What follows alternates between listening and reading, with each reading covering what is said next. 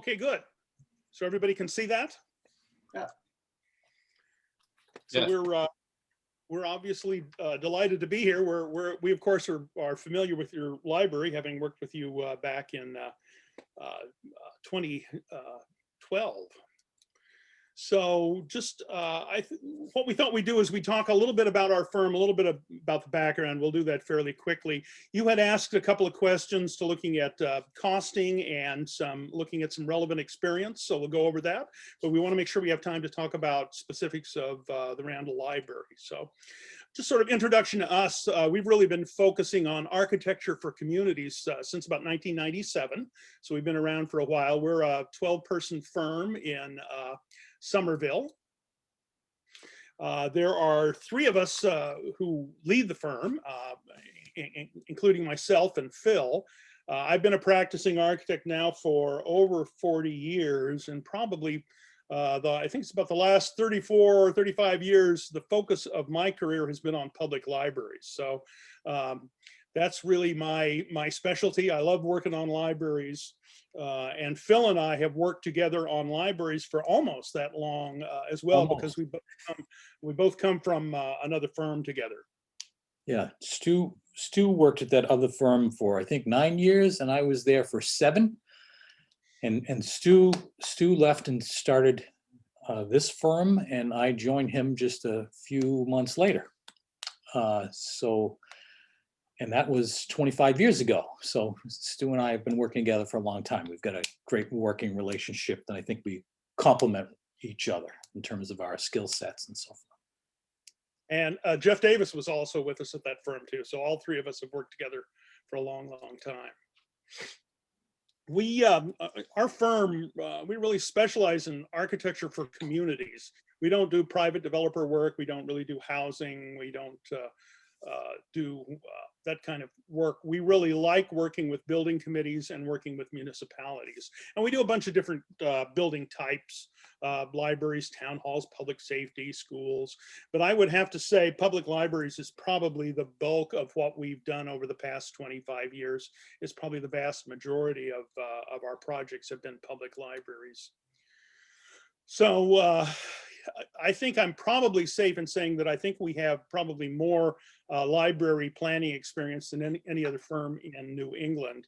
I've really been, as I said, I've been focused on library design for about the past 34 years. Since we started this practice 25 years ago, we've done, I think it's over 72 library feasibility studies. And we've completed construction of 32 public libraries. And we have, I think, about 3 more in the works at the moment. So libraries are really a focus of what we do. We love working on libraries. They're one of those building types that make a difference in a community, and we love to be able to make that contribution.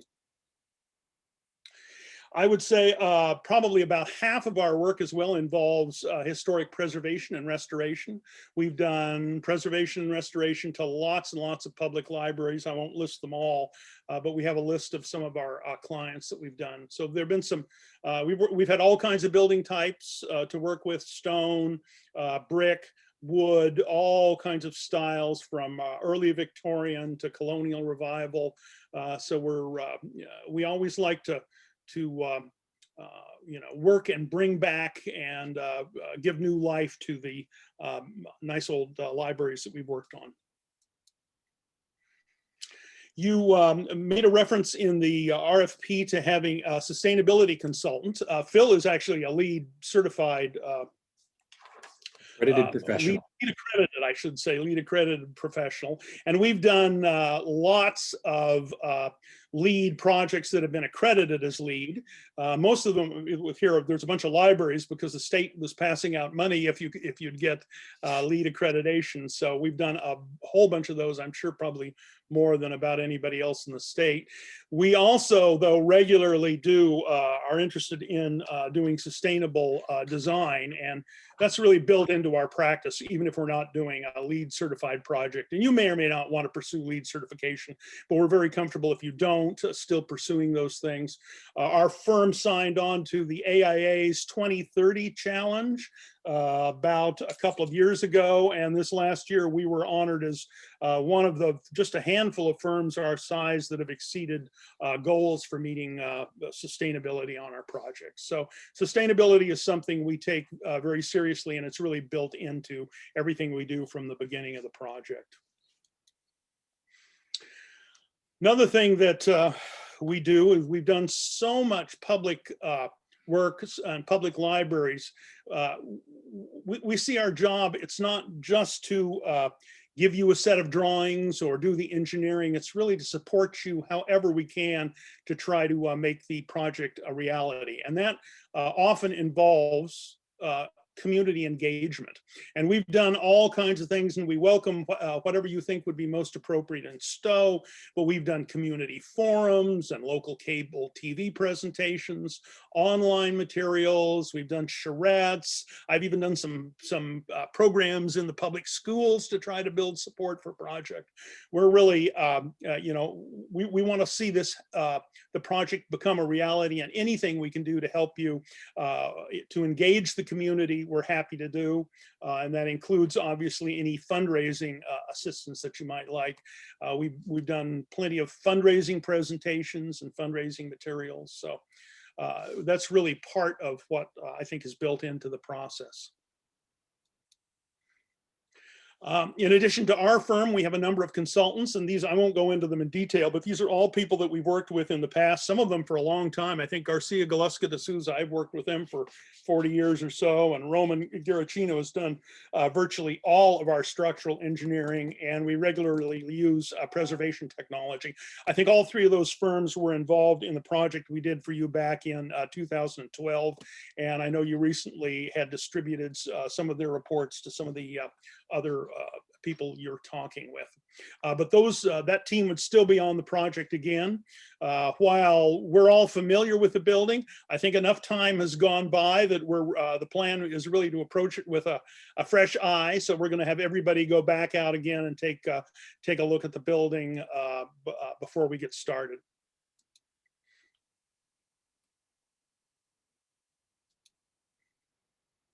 Okay, and you had asked about cost control. And I think we have a very good record on cost control for all of our public projects. If you look at all of our projects and average them out, they come in about 4% below the estimate, which is really just where we'd like to have them. When we open a bid, we'd like to be a little bit below, but not wildly below. And I think we have a great track record for doing that. And I'll talk about how we do that in just a moment. And then again, for cost control, we have an excellent track record on change orders. We have less than 1% as an average for change orders on our project. Industry standard for new construction would be about 5% or so. So that's really due to, I think, the care we take in doing our planning and in doing our construction documents for public bid projects. So those are two statistics that I think we're very proud of. Sort of way we approach cost estimating. I put an example of a cost estimate that we recently did with Mayakota, who is our proposed cost estimator. These are detailed cost estimates. You can see this was a 35-page cost estimate, and the one sheet on the right is really, that's just the concrete. So what they're doing, while the cost estimator is doing a very detailed cost estimate, the drawings may be still at a fairly schematic level. So in order to get a good cost estimate, it really means that we work very closely with our cost estimators. So we will probably go through, they'll submit a draft, and we'll probably go through a couple of revisions, because we're going through to make sure that the scope of what they are pricing early on in a schematic design is in line with what we have in mind. And by doing that, I think that's how we are able to do responsible cost estimates that really stand the test of time all the way through till to the bidding phase. We also, in addition to just the trade costs, we're doing estimates that are we're putting in design contingencies and escalation and everything, so that we know that we have a construction number that's going to be good over a period of time, because it does take a time between an initial schematic estimate and by the time we bid the project. But we've had very good luck working with our cost estimators. Then in addition to that, we also do project budgets where we look at all the other project costs in addition to the construction cost. And I just pulled up the estimate that we had done for the Randall back in 2012. And you can kind of see what the project budget looked like then. But we had done estimates for both renovations to the existing building and the renovation and addition, which was the preferred scheme that eventually moved forward. The way we broke it down back then is we broke it down with renovations to the historic building, as well as renovations to the addition, and then another scheme which had the additions. And all you can see, all the markups for the contractor are accounted for. We're putting in escalation because we know that costs are going to rise over time, so we want to make sure we allow for that. Then in addition to that, we have budgeting for furnishings and professional fees and all the other kinds of miscellaneous expenses like moving and testing. And then we put a project contingency on the whole thing so that we can come up with a number that we have confidence that we could move forward with the project on. And I think we've had a great track record in terms of coming up with project budgets. We've never had a project that when we opened bids, we couldn't move forward and build the project. And that's very important in public work, because once you've got an appropriation for a building, it's really very difficult to go back for more money. So we really do take that very seriously and work very hard to make sure we're doing responsible cost estimates. Okay, we'll show a few projects now. We'll show a few pictures, just relevant experience. Some of the, I put the Concord Free Public Library in here as one of the first ones. This is a project that we've been working on for a number of years. It's under construction now, well along. If you've been through Concord, you may have seen it. And as I think you probably know, your trustee, Marcy Eckel, is the development director there. So we've been working with her closely, and I know she knows the project very well. But I put it on because it does, while it's bigger than the Randall Library, it does have a number of similarities in that there's a historic building. We're doing some modest additions to the historic building. We're taking a second historic house, and we're doing which had a number of sort of inappropriate additions put on it over time, and we're pulling those off and reconfiguring and repurposing the spaces inside, but doing a complete preservation package on the outside of the building, and then linking everything up with a link so that we have one complete library now, and we've moved some of the functions around so that the library gets a meeting room and a new children's department and maker spaces and new administrative spaces, and all of those things work together with the existing building. The new children's department, which is an addition that's kind of located at the rear, one of the things that I think I'm very pleased with the way it's turning out is we're doing a children's garden. One thing about the existing library is it's sort of very enclosed, you know, has these sort of traditional small windows. And we did this addition for the children that really opens up to the outside, opens up to nature. And I think the garden is going to be a fantastic amenity for the children's department and for the library as a whole. And they're planning all kinds of programs that they'll be doing out in the outdoor space for this one. Now, the project we're doing currently in Concord is actually the third project we've done for Concord, because our first one was we did the renovation of the main library back. This has been probably almost 20 years ago now, 15 years ago. That one, the first renovation was so successful and so well received that they retained us to do renovations and additions to the Fowler Branch Library. So this was project number 2 for Concord, and then the one we're doing now is really project number 3. And I put this one on again because it has a number of similarities. There is an existing historic building which needed some preservation work, had some issues with a cupola in the porch and some water infiltration issues that we needed to fix. There had been an addition that had been put on in the 70s, which we remodeled and then also added another addition, and then tried to knit everything together and make better use of some basement spaces that were underutilized. So a number of things that I think are similar to what you're looking at in your project. And then just a couple of pictures. This is the renovated historic portion of the library, looking through to the new additions. We did a brand new stair on the outside that leads down to the lower level, and tried to kind of take the same woodwork and architectural themes and carry that to the lower level.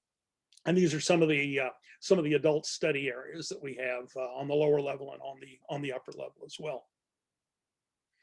So some similarities.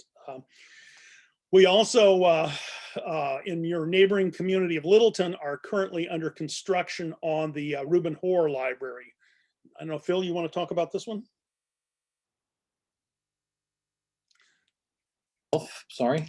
The Reuben Hoare Library is a new building. I don't know, for folks that know the existing library, it's in an existing school building along with their town offices and council on aging. And this sits behind that building. So basically on the same site, the idea is to kind of create a campus type of atmosphere, share parking and so forth, with a small additional parking area in front of this building. It's about 80% complete now in construction. There's one construction photograph there on the top right. They just started to put the plants in, but you enter the building at the upper level, directly off the parking lot to make it all accessible. And then the hill kind of drops away at the back. If folks know, at the rear of that site, there's a sledding field that people use, and it's in a lower ball field back there. This is adjacent to that ball field in the more wooded area.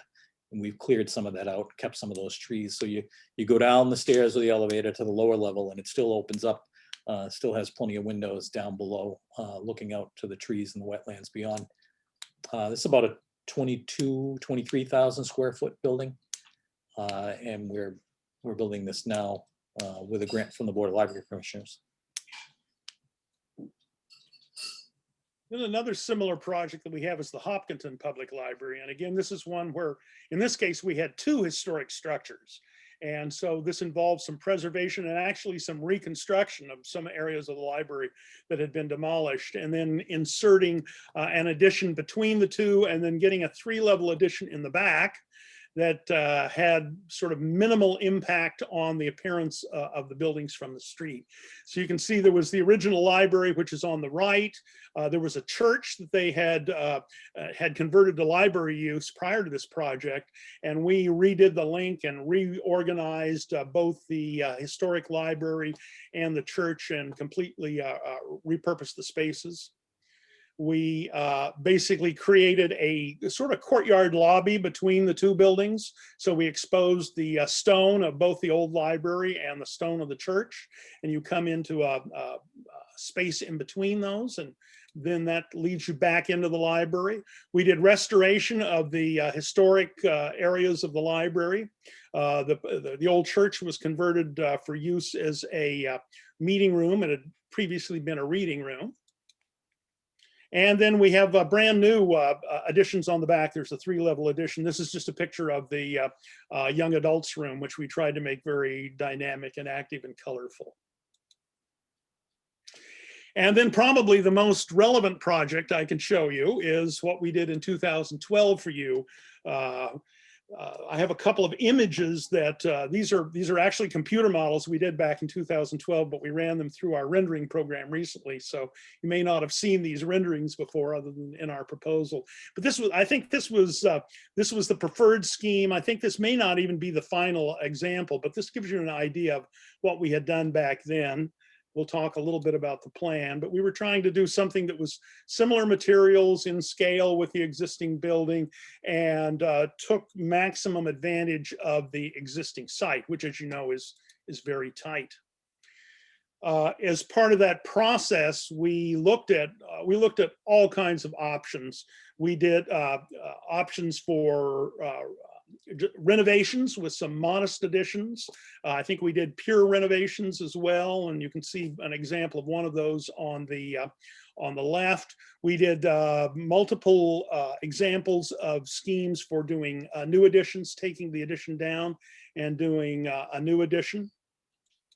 And what was finally settled on at the end of an extensive evaluation, the preferred scheme was to take the existing addition down because of all the problems that you're aware of that's associated with the existing building, and do a new addition.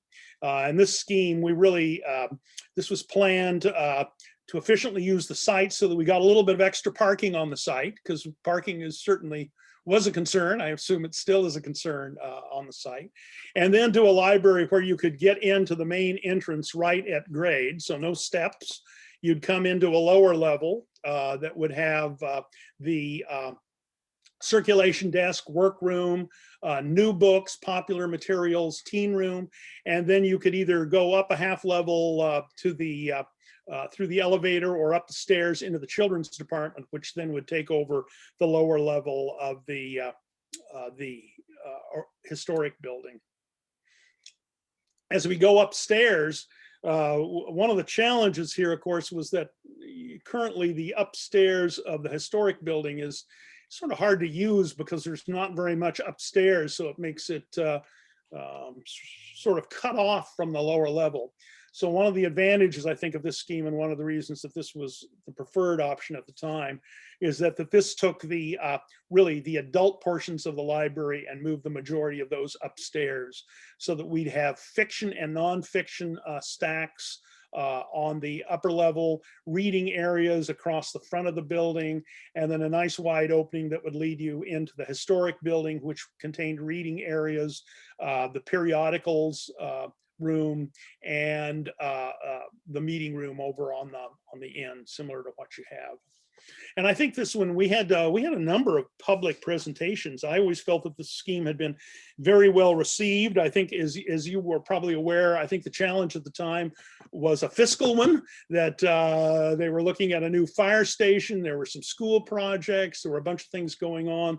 I think subsequent to this, we also took a look at possibility of moving the library to the Pompo School, and that actually went in a different direction.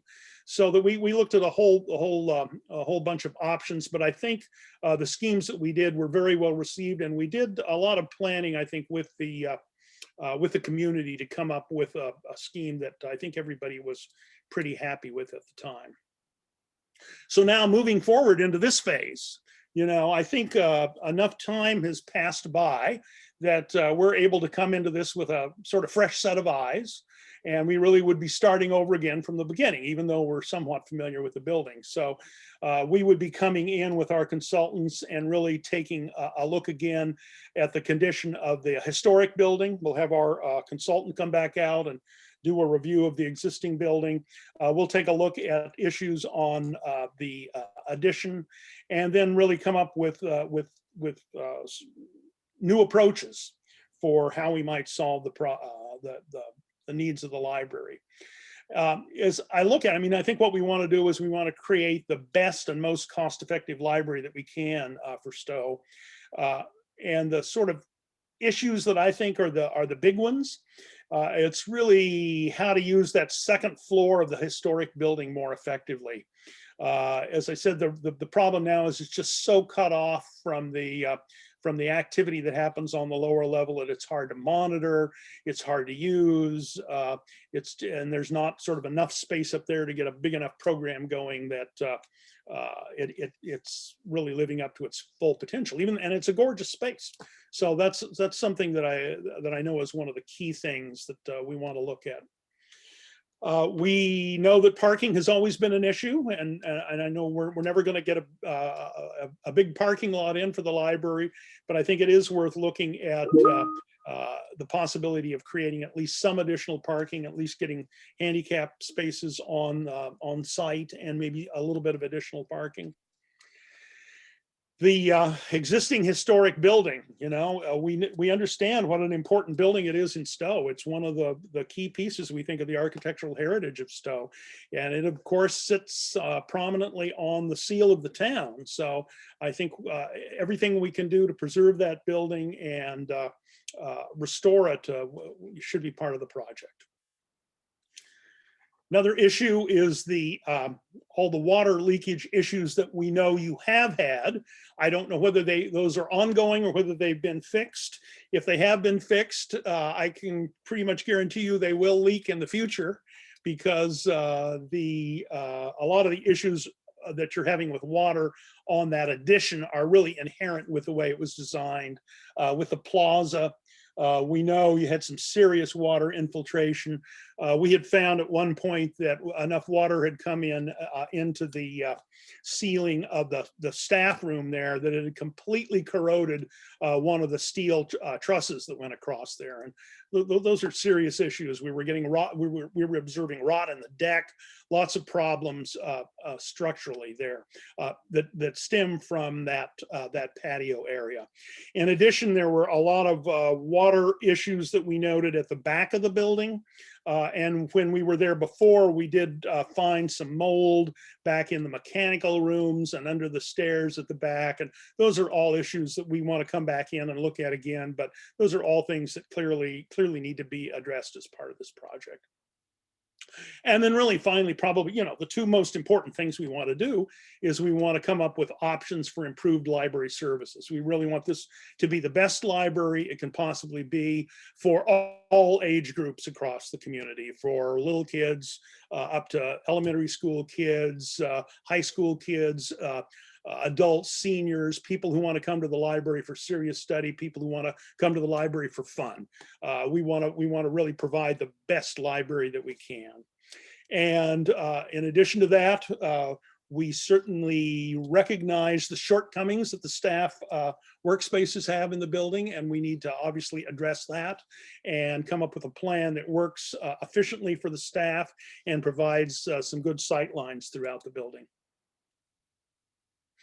So we kind of put a schedule together here. I won't talk about this very much, but basically the way we'd approach the job is we want to come back out first thing to do an updated existing conditions review.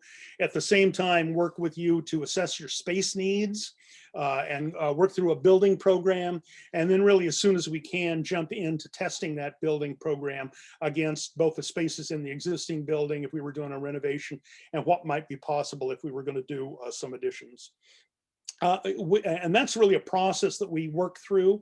We would suggest meeting with you about every 2 weeks through the process to get your feedback, kind of keep momentum moving forward.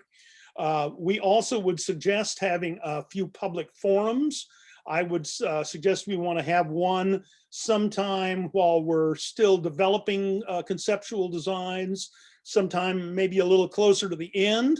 But before things are completely finished, and then we should do another one at the end of the project so that we can present the final design and the cost estimate to the community. So that's kind of how we'd approach it. Very similar to what we did for you last time. So if I was going to say, what I think the main things that we want to do for you is we'd like to create a library that Stowe can be proud of. That's really what everybody wants. And to do that, I think there are 3 things we need to do. We need to have a library that works for the community. And I think we have a very good understanding of how public libraries work.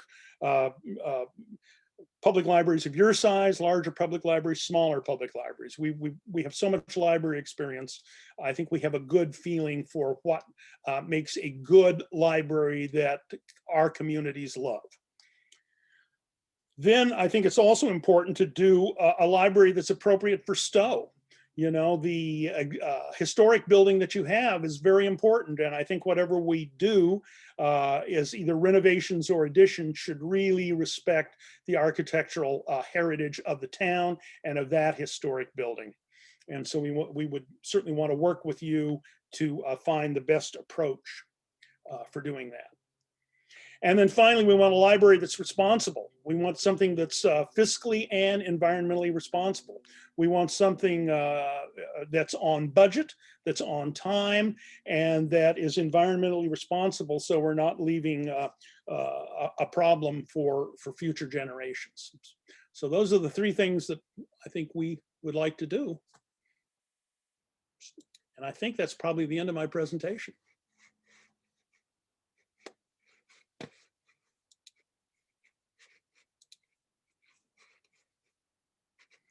Let's see.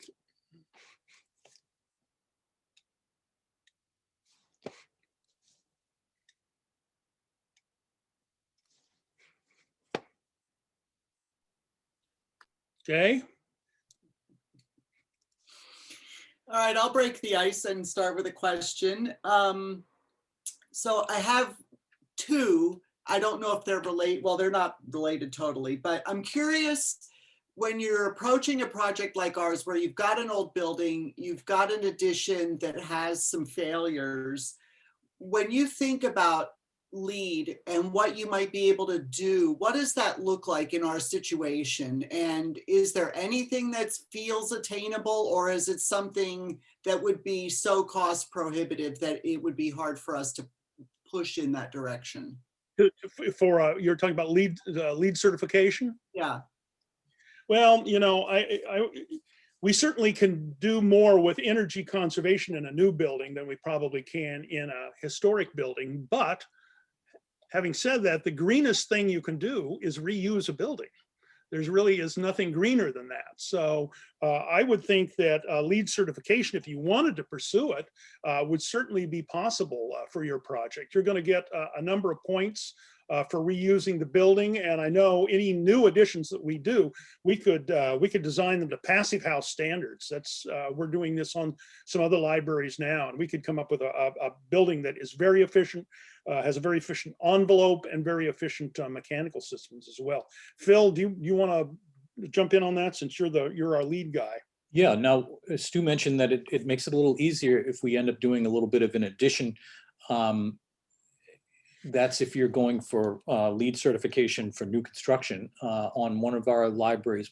I can think of one at least where we did no additions at all. It was really just a renovation project, and we went for LEED certification for commercial interiors. And it's got a different set of credits that we can look at that are really designed to take advantage of the fact that you're reusing an existing building shell.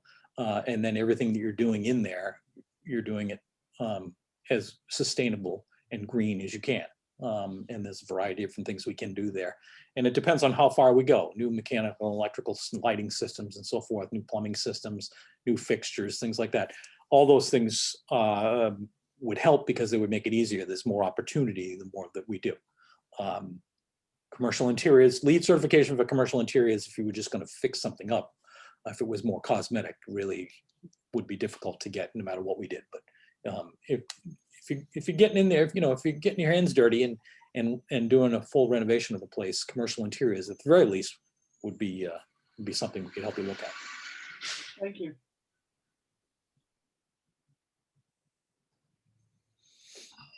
I have a question. Given the scale of like a lot of your projects, where would Stowe, lie in terms of your priority for your company, and in terms of like the time that you could spend on, a smaller project? So I can tell you, you would be the only library design we would have on the boards at the moment. So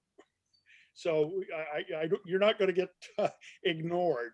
And in terms of size, you would not be the smallest library we have worked on, or even the smallest one we've recently worked on. So. Yeah, we have a variety of project sizes that range from a couple of $100,000 up to the tens of millions of dollars. We're a small firm, we're not going to get busy doing $100 million new building somewhere. That's not what we do. Smaller projects like yours fit right in our wheelhouse. That's really what we're built around. And then I guess like a couple follow-ups. One of them being that before obviously like we weren't able to build like town consensus around the design that was presented to the town. I'm just wondering, if you have any, different approaches or just like, what you would do to help us get more buy-in on whatever project we have moving forward. So my take on last time, and you all, I assume, know what happened. I felt like we had good support for the design that we had. The problem that we had was timing. It was just the wrong time to go to the town to look for funding for the project. So I don't know what the funding or the timing is like now. You know that, I don't. But I'm confident we could build up enthusiasm and support for doing something for the library. It's it's just such an important building to the town that I think you'd get good support if we can, if the timing's right and we can make the economics work. And you would come into the project with like an open, like I know you mentioned in the beginning, but I think like one of our, concerns like with employing you all again is just that you would just present us the same idea. You know what I mean? Like, in other Right. words, we just would want like a clean slate, I think, for the design. Yes, I can tell you that we've done a number of projects where we might do a design, and it takes a long time sometimes for designs to come to fruition. And we've had a number of cases where we might have had one design, for instance, that gets submitted for an MBLC grant, let's say they get the grant and it's 5 years have passed and we come in and we end up with something completely different because we're really coming in with a fresh look. And I bet we've had 10 of those projects at least where we've come back later with something completely different. There are some things that have changed, since 2012. Yeah, I think that's more the norm. A number of years goes by, and I don't know how Stu feels about it, but I feel like when I look back at the design we did in 2012, it's a handsome design. But I feel like we've been there and we've done that, and it's time to look at it again, fresh, and see what other ideas we can come up with. We've learned things since then, and actually library services have changed a little bit since then, and the way that we're seeing things has evolved a little bit. Library services has been growing, evolving, I'd say more quickly now, I would say in the last 10 years than it had in the previous kind of 15 years where Stu and I were designing libraries. Things seem to be moving a little faster now, and we have to be more flexible than we were before. Great. Jim, did you want to say something? Yes, thank you. You're welcome. To piggyback on one of Kat's questions. So we may want to take a different approach now, in part because the other project did fail. The financial situation isn't much better, arguably it's worse. But my question is, having already concluded with a similar team that the 1975 edition had to be demolished, how could you conclude differently now? Well, I think last time this was not a decision that we came to alone. This is a decision we came to in conjunction with the building committee. So, I mean, we're always looking. We're not the ones making that decision, I think is what I'm saying. So we want to go in. I think I would have to acknowledge, as you're aware, there are some serious problems with the way the building was built, and there's some serious things that need to be taken care of with the building. So that's the challenge with the renovation there. But those are probably things that could be solved. It's just a question of how economically they can be solved, and whether once we do that building is going to be the building that meets your needs. But that's the process. That's what we go through. All right. Fresh, coming up with some new diagrams, some new ideas. One follow-up to that.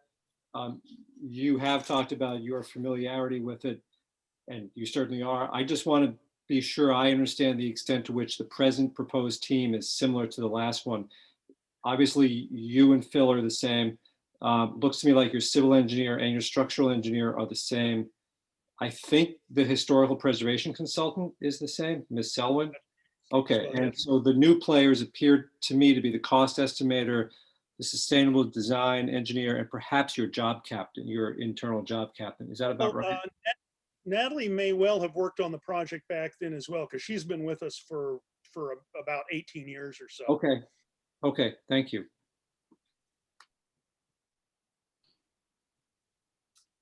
Can you go into a little more detail about how you do revisions to the cost estimate as you do revisions to the design? So I would assume there's at least a couple of meaningful iterations during that process. And is the costing being reevaluated, or is the costing done at the end? We're conscious of costing all the way through. So often in the beginning, we'll do some kind of ballpark estimating. Sometimes it's comparing two schemes and we can see the things that are different and try to get a handle on what the cost of the difference is. Usually the detailed estimate really happens at the end of the project, or not at the very end, but just before we get to the end. And then sometimes there might be some modifications to that, and we'll have a second round of estimating. But typically, that sort of detailed estimate is done once we have a little bit more detail has been developed. Yeah, I had a question. This question, this has come up in obviously almost every interview. One of the concerns, and I just wanted maybe you'll recall, is what the capabilities are to hold stacks and so forth upstairs on the second floor. I know we determined not to put any there. I can't recall, was the determination that it's just not possible, or could those possibly be shored up? I don't want to get too far ahead. I'm just wondering what you recall from last time. I'd have to go back, I honestly have to go back and take a look at that again, because I don't remember exactly what the requirements were.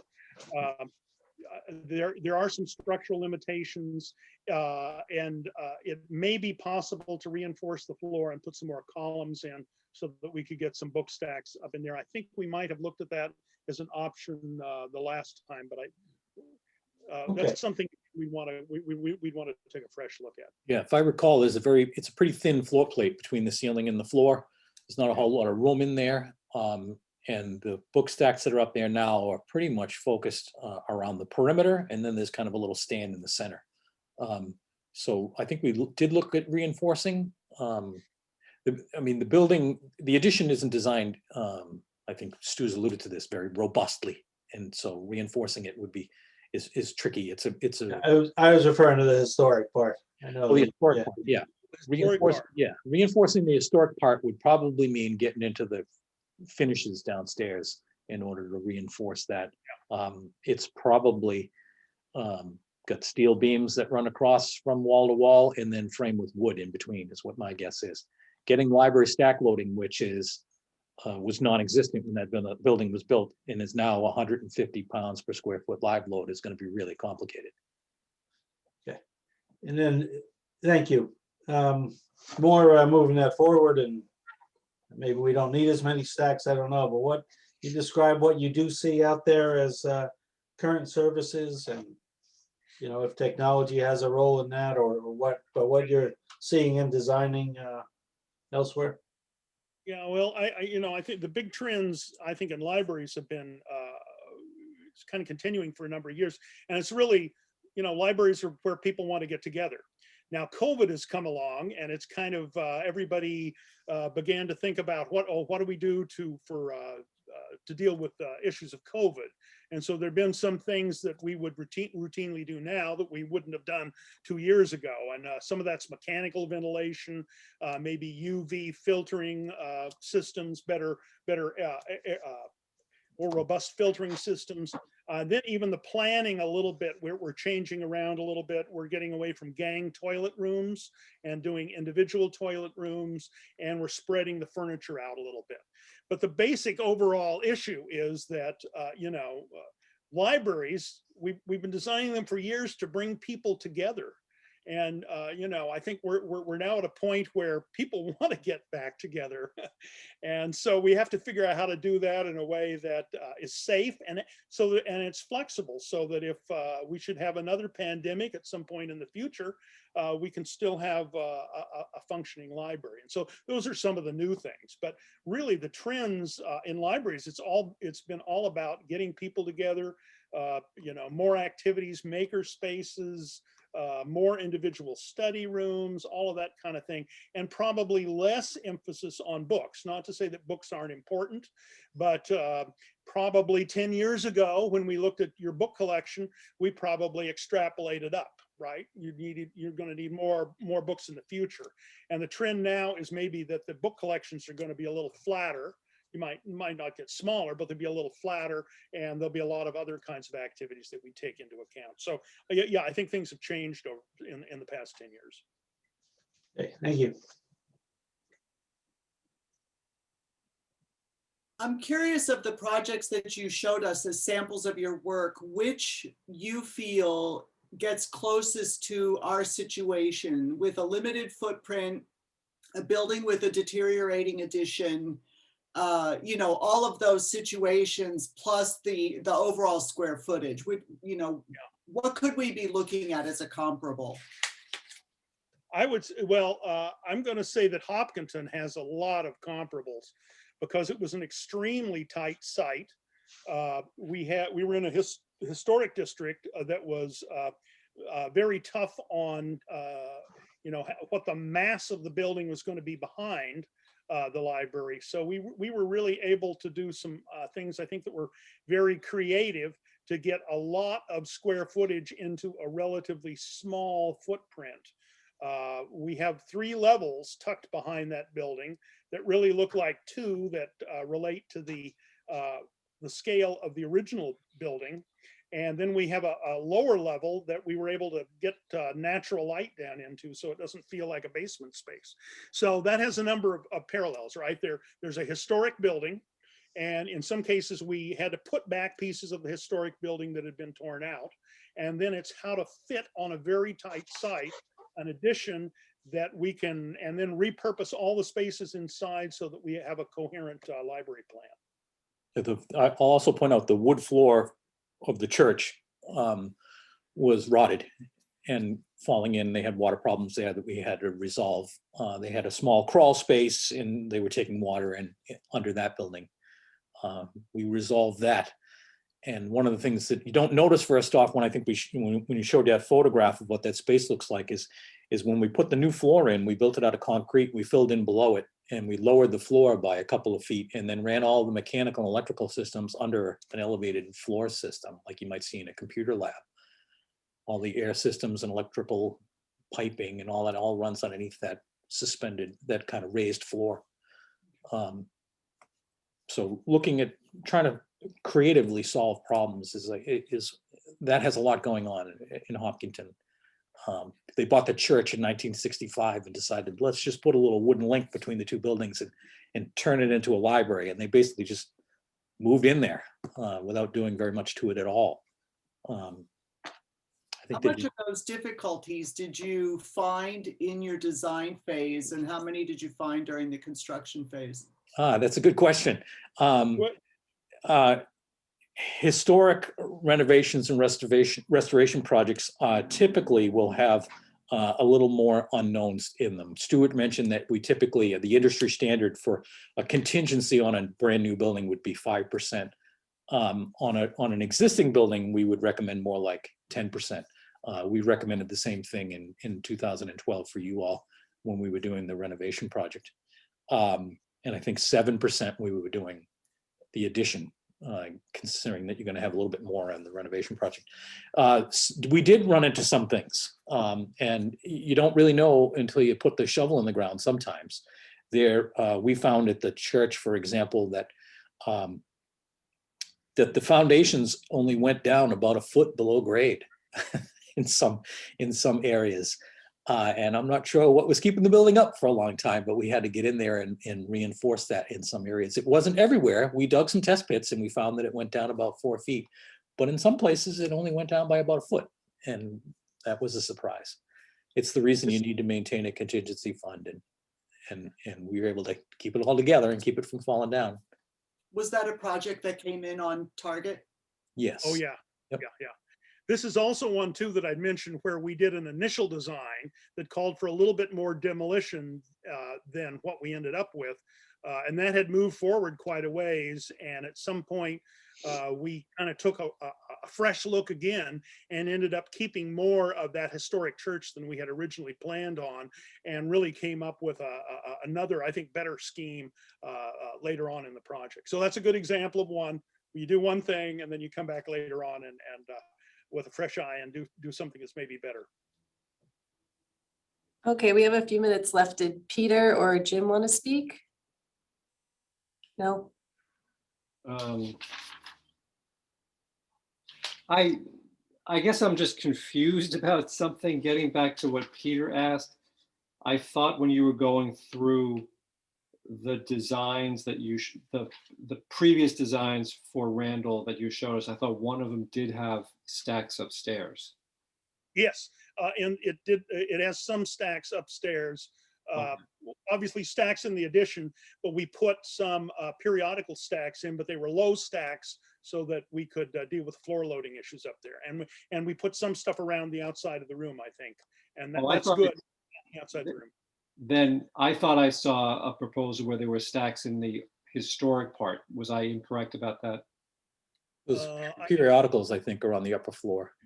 Yeah, it's the periodicals, which are lower stacks and lighter weight. Yeah, in the middle of the plan. Got it. Thank you. Yeah, I did say in the one you showed tonight, those stacks were mostly in the addition. Yeah. In the newer part. Yep. Yeah.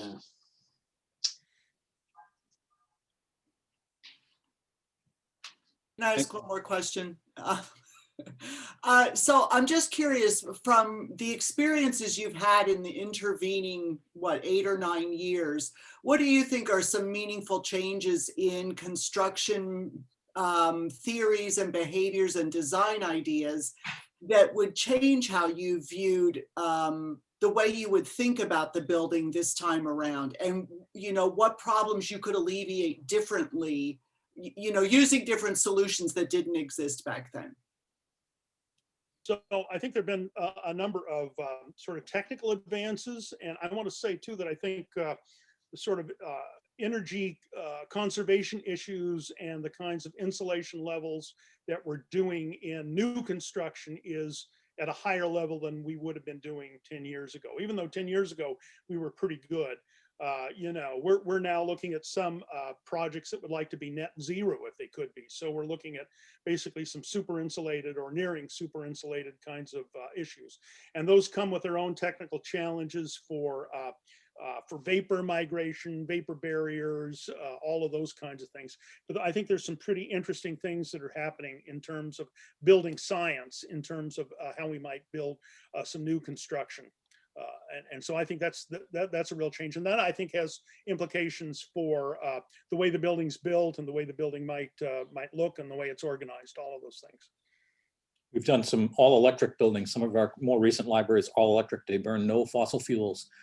And if you are able to put a photovoltaic array on the roof to help pay for your power, then it really can make a big impact on what we're doing. The systems that we're using, the electric systems, have a smaller air component, so the ductwork and so forth is smaller, and it allows us to design systems that buildings that are a little bit more compact and more efficient overall, because we don't need as much room for these big large ducts and so forth that run around inside.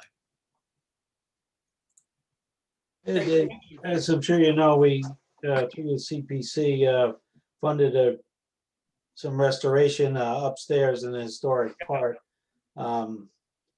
including a lot of work with the windows, and we talked about efficiency. Just wondering, do you anticipate running into maybe some contradictions there and trying to keep what's there versus what you might want to do, and how would you handle that? I don't know, the energy issues with historic buildings, it's really a completely different thing than new construction, because they were really never designed to be insulated, and so they're sort of strategies for drying out rely on pushing some energy through the walls to keep the walls dry. So you always have to be very careful in terms of insulating historic buildings so you don't create rot kinds of conditions. Windows have certainly come a long ways. I'm not quite sure what you did in this latest renovation. We have been looking at doing triple glazing in some of our new construction. So far, we've done some kind of half measures with double glazing and heat mirror. So there's some of those things, but pretty much, I think in existing buildings, especially historic ones, it's the historic character that really probably wants to be the most important thing, and do what we can for energy, but be reasonable about it. Oh, everybody is completely. Yeah, window and door openings and roof insulation in a historic building are probably your best bet in terms of bang for the buck. You can really create problems. If you decided you were going to take off all the finishes on the inside of the building so that you could insulate, for example, you're going to spend a ton of money. A lot of your historic fabric is going to go away, and you're just not going to get the money back. You know, it won't pay for itself. It's not worth it. There's been a number of studies.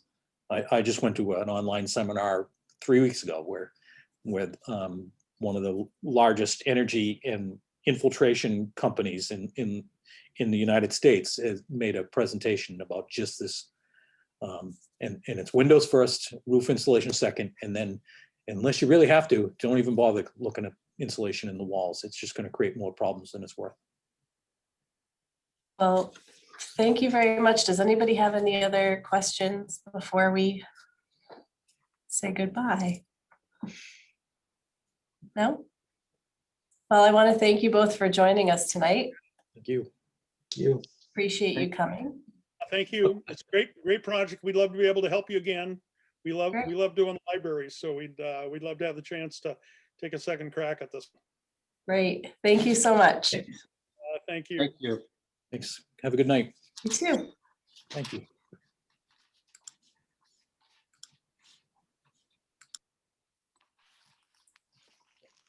Okay. Okay. Ready to go with the next round? Sure. Okay, we have three. Oh, yeah.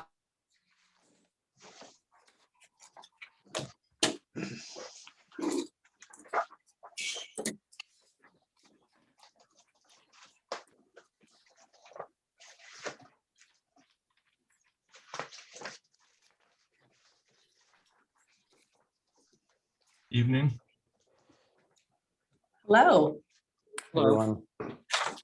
Hi there. Thank you for coming. My name's Tina McAndrew. I'm the director of the library. And I'm sitting here with the town administrator, Denise Demkoski. And we have with us our building committee members. I'll start with Lisa Lavina, Peter McManus, Jim Salvi, Kat Copeland, and Brian Patuto. So that's who's here. And we will be recording this tonight. So just wanted to let you know. And I will hand it off to you to get started. Great, thank you very much. Looking at a screen of all of you, so sorry we couldn't meet in person, but we're happy to be here tonight. Thank you for having us. And hopefully we'll be able to meet you in person at some point. My name is Conrad Ello, and Chris, I think you're going to be operating our presentation tonight. We'll try to get this done in the next 20 to 25 minutes so we have enough time to talk. Next slide.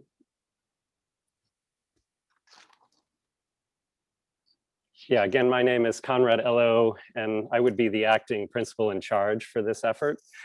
With me tonight is my partner, Matt Odens, who would play the role of consulting principal, somebody that's kind of a sounding board and an advisor, maybe not involved in the day-to-day of the business of the project, but very much involved in our efforts on the design end.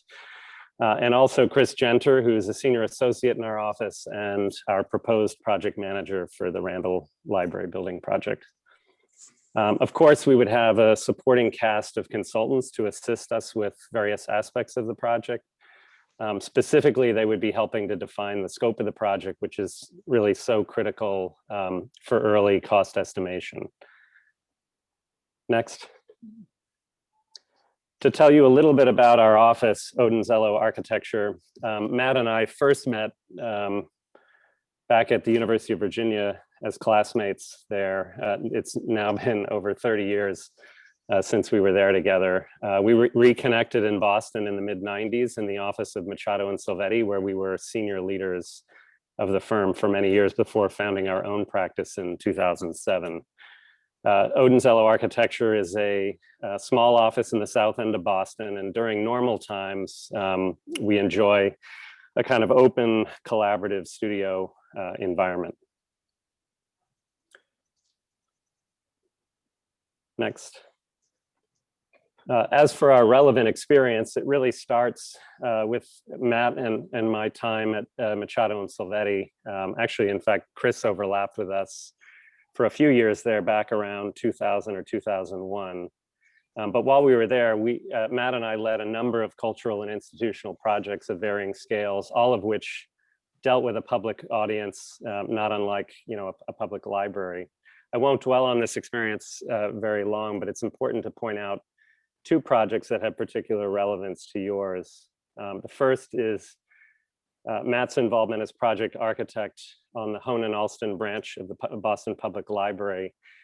This project was really our first involvement with public libraries, and it was completed 20 years ago this year. And it's of similar scale to the Randall Library. Next. The building itself is a one-story building, and it's organized around a series of beautiful kind of enclosed reading gardens. Next, couple of pictures of those.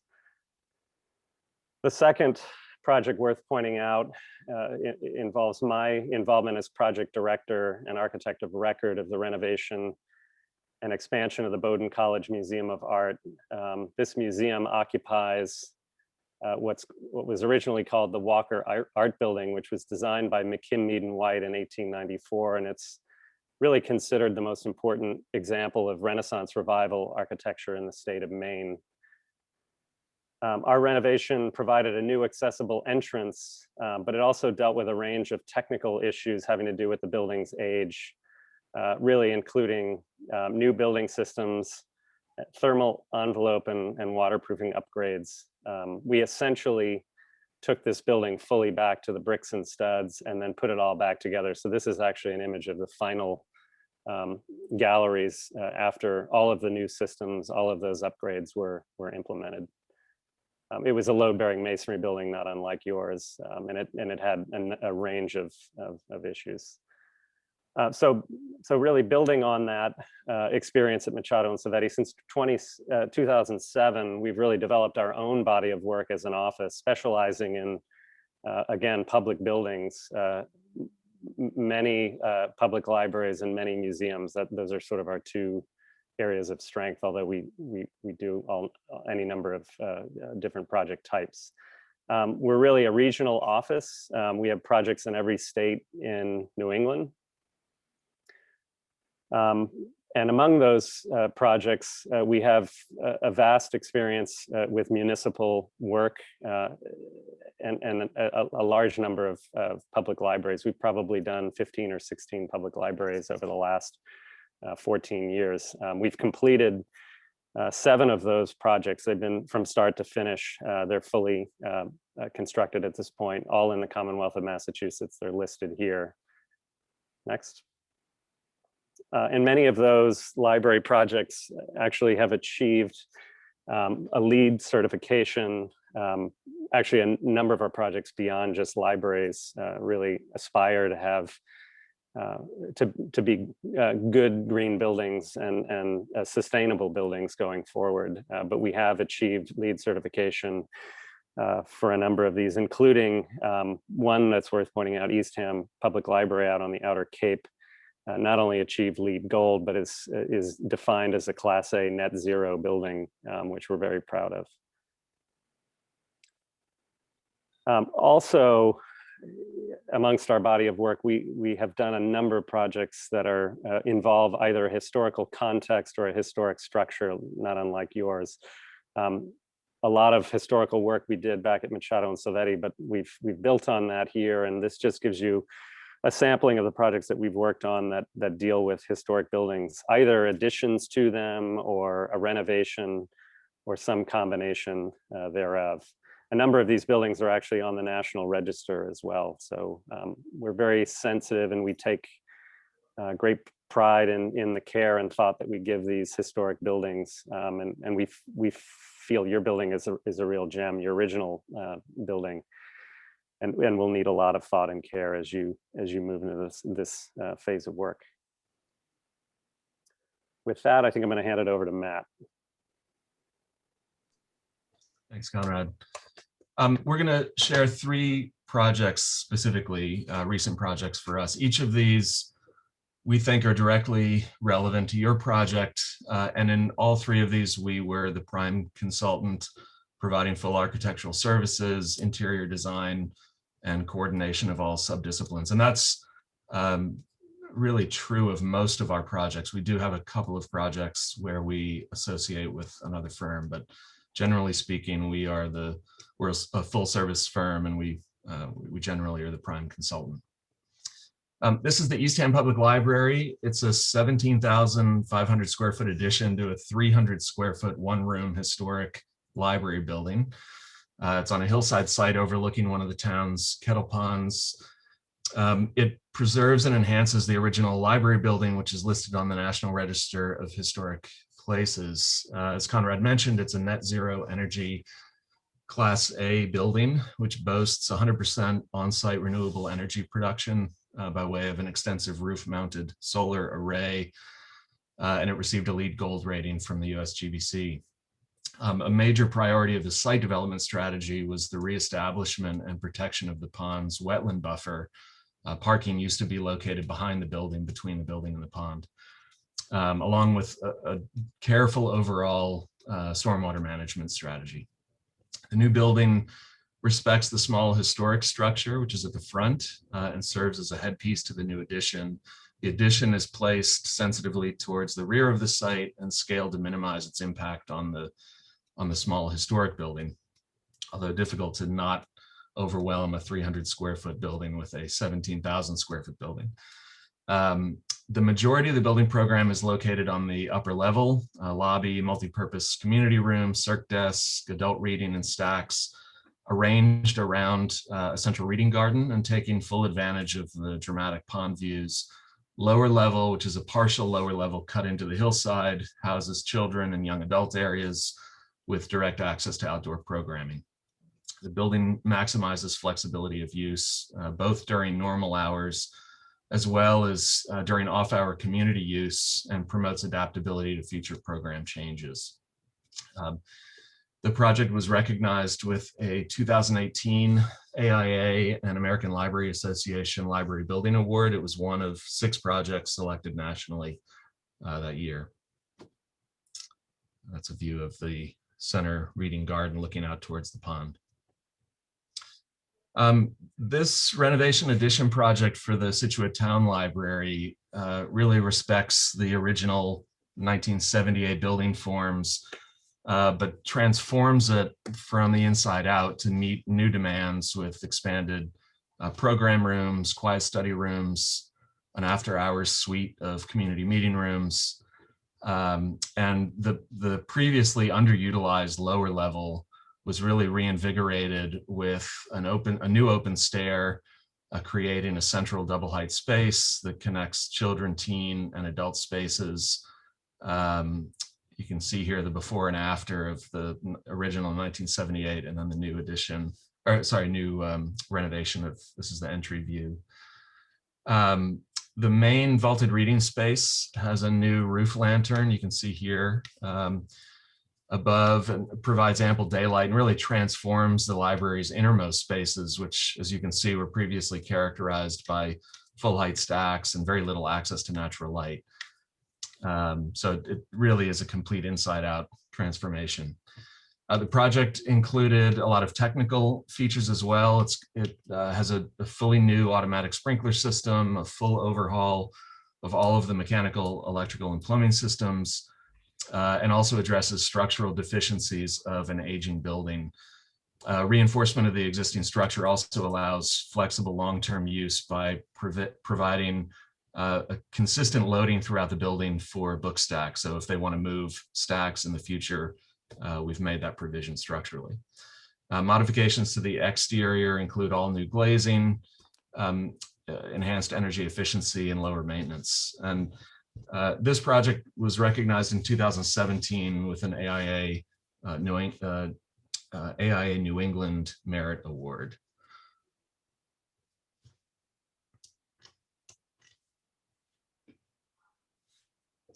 And then this next project, this is a recently completed project for the Martha's Vineyard Museum. This involved the rehabilitation and expansion of a turn-of-the-century marine hospital to become the new home for the museum. In 2010, we were initially selected to evaluate the 5-acre waterfront property and its 10,000 square foot 1895 marine hospital building, which had really fallen into neglect. After it was decommissioned as a hospital, it became a summer camp, and then really was kind of forgotten and left to deteriorate. It was overgrown. The site was completely overgrown.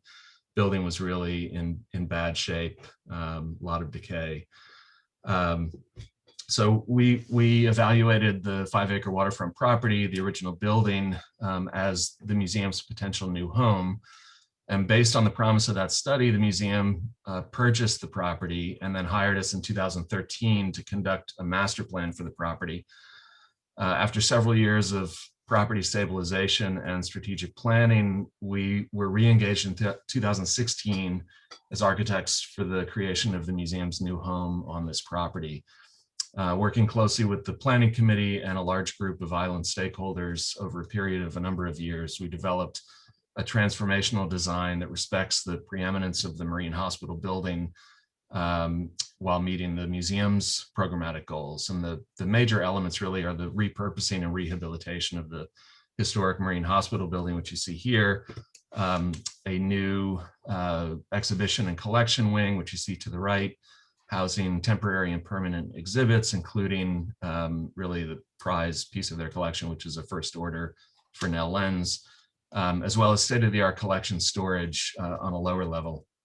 And then thirdly, a new vehicles and vessels barn building at the rear of the property, which creates a courtyard between it and the marine hospital building for outdoor events. That building primarily houses large objects in the museum's collection.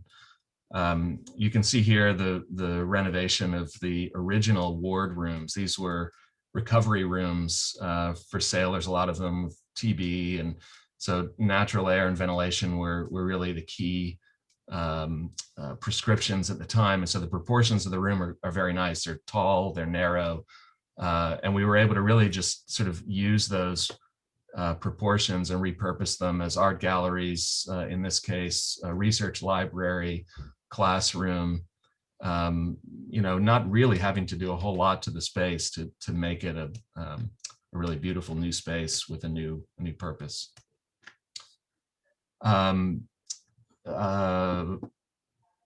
The construction of this was completed in 2019. This is the Vehicles and Vessels building. This received a 2020 Robert Kuhn Jr. Award from Preservation, Massachusetts. It was also the People's Choice, winner of the People's Choice Award last year from Preservation, Massachusetts.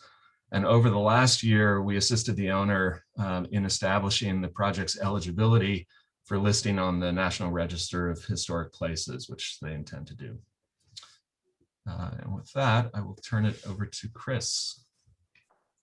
Great, thanks, Matt. So I'm going to touch a little bit on our approach to cost estimating for projects. We're proposing to work with on this project with A.M. Fogarty, who's an estimator we work with a lot. Here's just an example of a summary page from one of their estimates for another construction project. We've worked with them over the past 10 years on a number of public library projects. Here's a list starting in 2011 all the way up to just this last year, 2020, on the Faneuil Branch Library comparing their estimates to the bid award. And in most cases, we're at, or their estimate was at or under the bid amount. So they have a good, we have a good working relationship with them. And we also kind of really trust that their numbers are accurately reflecting kind of the bidding climate for jobs. So in terms of what we'll prepare for them as part of the conceptual design project, we'll put together a set of conceptual design drawings, which will include, here's an example of a project we recently did in Concord, New Hampshire, of an existing building with a piece that was demoed. So we'll prepare some demo drawings with notes. The proposed drawings. We'll prepare a set of consultant narratives. Our consultant team will work with them to establish the scope for repairs to the building envelope, MEP, FP scope, structural scope, et cetera. All of that will work with the estimator on kind of evaluating and incorporating into the estimate to capture an accurate, as accurate as possible construction cost at the conceptual design phase. In terms of what's included in the construction estimate, there'll be basically all of the material and labor that goes into the direct cost of construction. So in this case, because we're working with existing structures between kind of a combination of demolition, renovation, and addition, we'll develop a direct cost for construction work. We'll include contingencies and markup, which include a design contingency, escalation to the anticipated construction date of the project, general conditions, requirements, any permitting fees, et cetera, to develop a total construction cost for the job. In addition to that, we'll work with you to establish a total project cost. In addition to construction costs, there'll be design fees for the project, project management fees, estimate any furniture, fixtures, and equipment for the job, develop, renting temporary facilities, moving fees, et cetera, to try to accurately capture any kind of project costs in addition to the construction costs to get at a total project cost.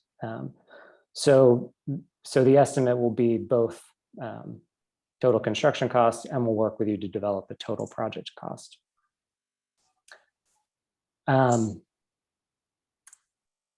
Since the existing building is on a pretty constrained site, there's not a whole lot of opportunity. There's not a wide site area to consider another large addition to the building.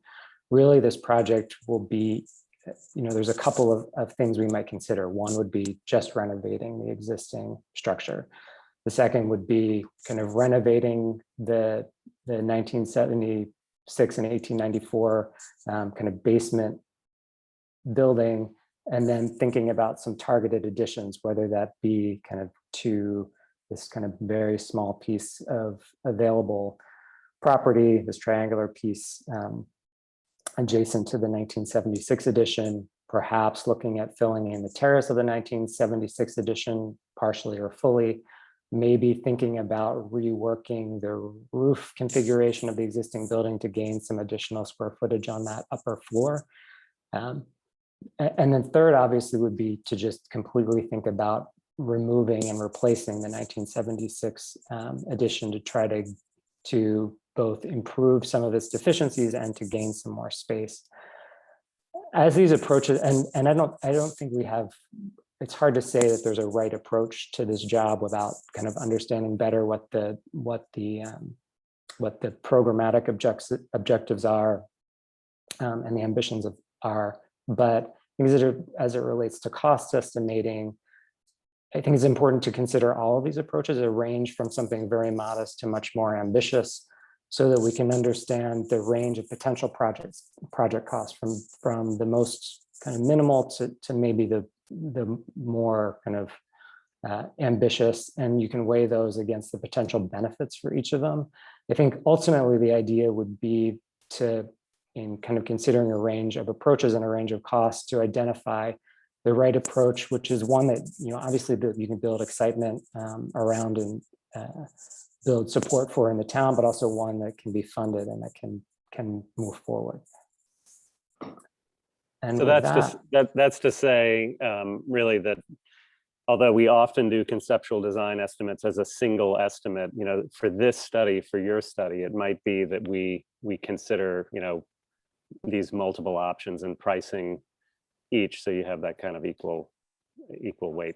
And I think there's a couple of ways to do that too. We could think about it just in a very loose way with cost per square foot numbers early on to kind of target a general approach and then develop a couple of options around that, or we can think of a wide range and take that all the way through to the very end.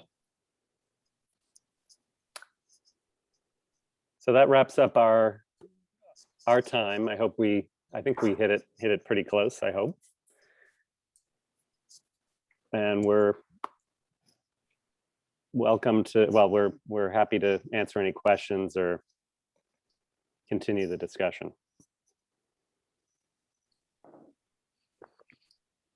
Great. If you could stop screen sharing. Perfect. All right. Does anybody have any questions or comments? Who wants to start off? Okay, Lisa. I'll always start. I love your examples. I think they're really lovely. They're all a lot bigger than what we're thinking about. I'm curious why you're interested in this project and what excites you about this opportunity. Well, what we didn't show, Lisa, are some of our smaller projects. Matt and I for a while seemed to be doing circular projects that were 12 feet in diameter or smaller. We had a little info desk that we did for Harvard Art Museums, and we did a lighthouse project at Mystic Seaport that was quite tiny. So we've certainly done work that's quite a bit smaller than your project. I think and we've done some libraries that are smaller too. So all kidding aside, I would say that what kind of excites us about it probably are the challenges or the constraints of it. It's a tight site and it's a interesting problem, to how does one, create a library for the 21st century and respect that beautiful historic building. I mean, certainly we love that building. It's a small gem. Actually, it reminds me a little bit of a project we're doing right now for the old Lighthouse Museum in Stonington, Connecticut, which is even smaller than your library, the Randall Library building. It's about. I had a note to ask you about that project. Can you talk about that project a little bit? Sure. We were hired.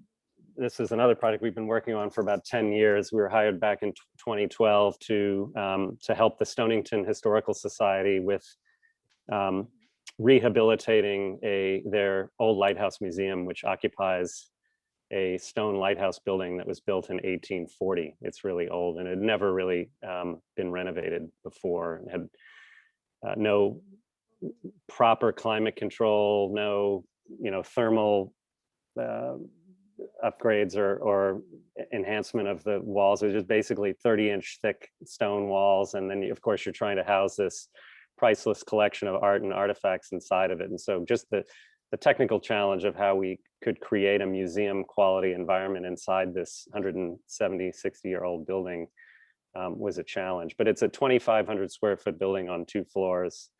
It's a tight site. It's in a historic borough, Stonington Borough, if you know that.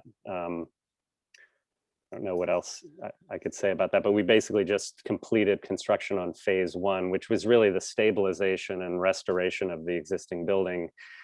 Phase 2 will add an accessible entrance. It doesn't have an accessible entrance now, but it'll add an accessible entrance and a small info ticketing and sort of museum shop wing to the back side of the building. Lisa, I would just add too that really we're problem solvers first and foremost, and we have applied that interest and excitement about problem solving to libraries over the last 10 years, and so it's a particular building type that we enjoy. And regardless of size, Conrad mentioned that we've worked on a number of smaller libraries as well.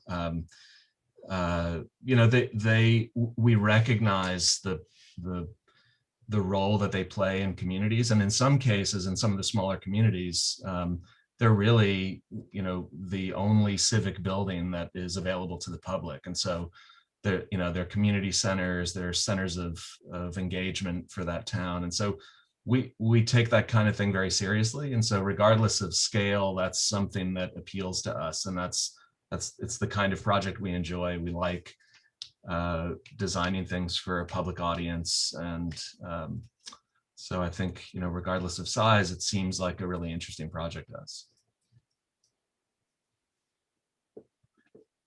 Thank you. Hi, Jim, go ahead. Just unmute. Sorry, no wonder you weren't recognizing me. Thank you for your presentation. It was very good. You were talking about that inevitable choice between renovating what you have and demolishing the existing 1976 edition and building something new.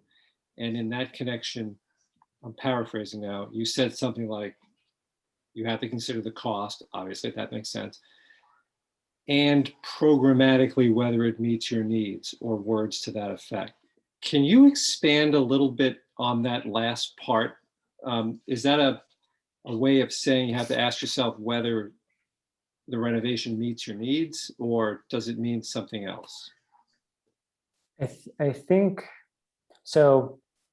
And part of the project is to develop with the library what the kind of ideal program for the library would be. I mean, certainly having gone through the walkthrough, there are space constraints in the existing building that, without adding anything to it, certainly it can be improved through renovation, and the 1894 building could be, the main floor could be used in a better way, in the sense that it seems right now that there's not a lot that can happen there because it lacks acoustic separation, because the library floor won't support loading for books.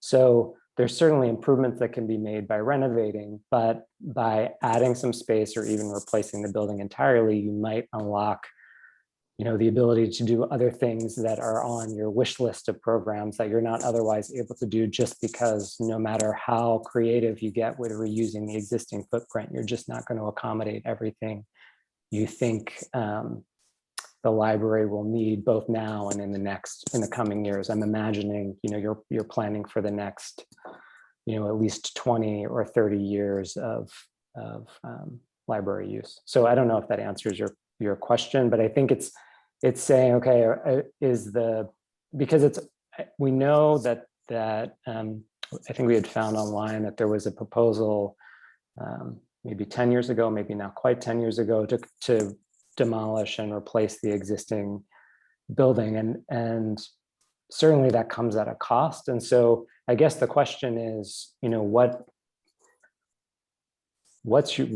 programmatically, what are you trying to achieve? And what do you think the town will kind of get behind in terms of a vision for the project, and what ultimately can be funded? I think it's important to kind of identify what that is upfront, so that we're not kind of developing plans for a project that's maybe too ambitious in terms of, it won't be able to be funded in the end. So I think it's a matter of kind of understanding your desires, and then also kind of your appetite for how much money you want to spend on the project and what it gets you. Thank you. Yeah. Can I ask, piggybacking on to Jim's question, what experience do you guys have in terms of not just soliciting feedback, which is really important from town members, but also, pushing proposals forward, through that kind of public process of, having people at town meeting vote yes to a building project? I'm just wondering what kind of experience you guys have with that, end of the process?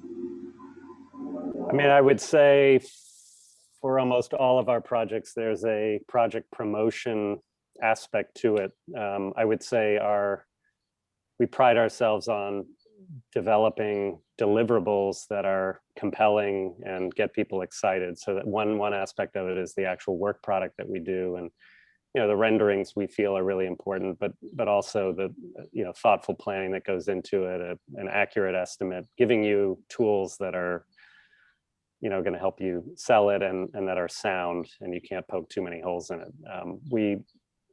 As far as the other aspect to it, which is just our involvement, we often are asked to present to town meeting or whatever venues, to a series of donors, whatever settings make sense for that particular town.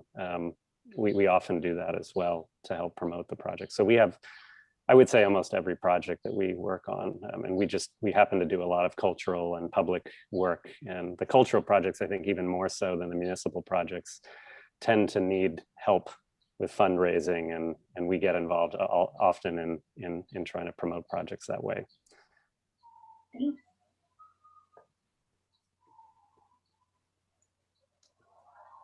Piggybacking on what Kat asked a little bit, what about forums with the town members as you're coming up with your design? What's your behavior in that area? We often do that as well. I think community processes in the public library, in our public library work, is really important. Some communities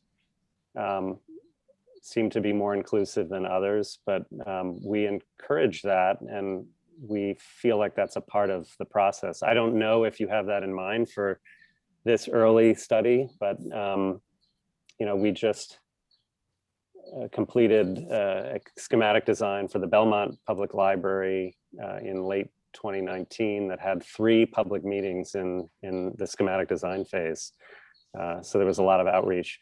In addition to that, there's often surveys, and a lot of that really needs to be led by you. You don't want to necessarily have it seem like these out-of-town architects are the ones trying to tell people what they should have in their library or how to run a particular consensus building exercise, but we're there as your partners, and we're there to help plan those community outreach opportunities. So yeah, I think a lot depends on what you've done to date and whether you've done any outreach already, but we would certainly expect at least one opportunity while we're working on this with you.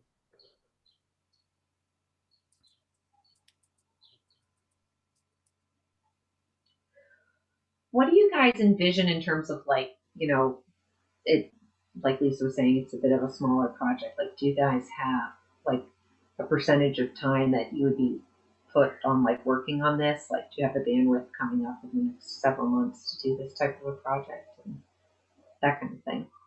Like, would it be a priority, or is it just a small little kind of afterthought, that kind of thing? We do have the time. I mean, I don't think we would have gone after this and put the time and effort that we put into the proposal if we weren't interested and didn't take it seriously. Having said that, as you guys have prescribed what the fee is, so there is a limited number of hours. We almost always go over those hours, and I'm not promising that we will, but we almost always do, especially in these early efforts, because we know how important they are to positioning a project to succeed or move on to the subsequent phases. But being respectful of us, I think there is a limit to the number of hours that we probably can spend, and so it's important, as Chris said earlier, to kind of make sure that we have a clear sense of what's feasible up front. I think the more we can communicate with you up front about the kind of project goals and what's really realistic, I think we can be more efficient with our time. Thank you.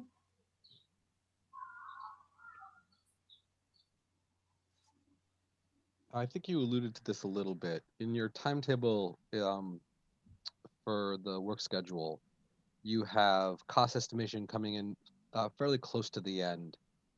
But you mentioned that on a project like this, where there's the opportunity for vastly different project options, they're getting a ballpark idea of cost more along the design phase is possible. How do we go about that? And like, what are the differences in your methodology for the early phase versus late phase cost estimating? Brian, again, this is a limited effort, but it's an important one. And we laid this work plan and schedule out without a conversation with you. So it did presuppose that we would have one estimate at the end, but I think as we thought about preparing for this interview, and your question, I think Tina had asked, we want to talk a little bit about cost estimating.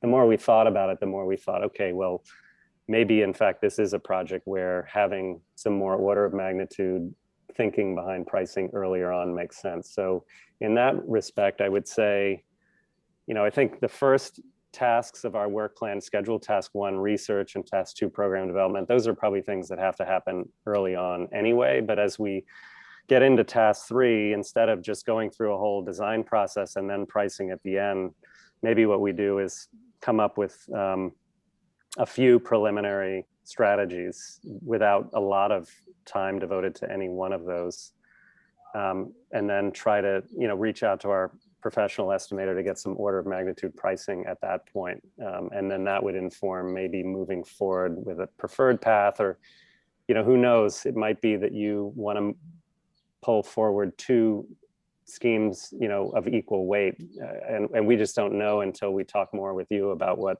would be best for positioning you for that next phase. But I think what we would say is, instead of pricing at the end of task 3, we try to slot in some order of magnitude pricing tied to some very preliminary loose strategies early in task 3.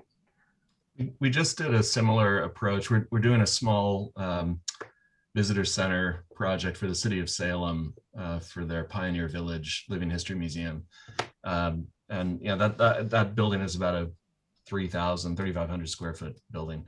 But one of the things that we wanted to look at was rough order of magnitude pricing as it related to helping them make decisions early about which direction to choose at a very basic conceptual level. We're not even in schematic design yet. We're just doing concept diagrams. It's a larger site, but this was specifically related to the visitor center.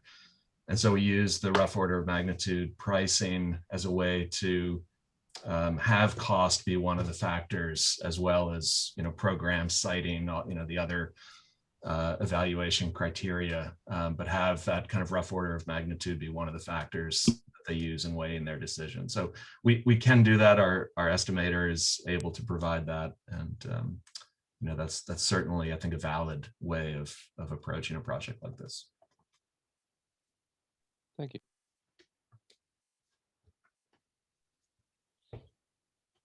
Can you give us some idea of your thoughts about sustainability opportunities in a space like ours, and how you marry the historic building, which has its own challenges, with either new construction or a renovation of the 1976 space? Yeah, it's very different thinking about sustainability as it relates to the historic building as compared to the 1970s building or a new addition. Obviously, a new addition would be the easiest because you're starting from scratch. You have the total control over the decisions made.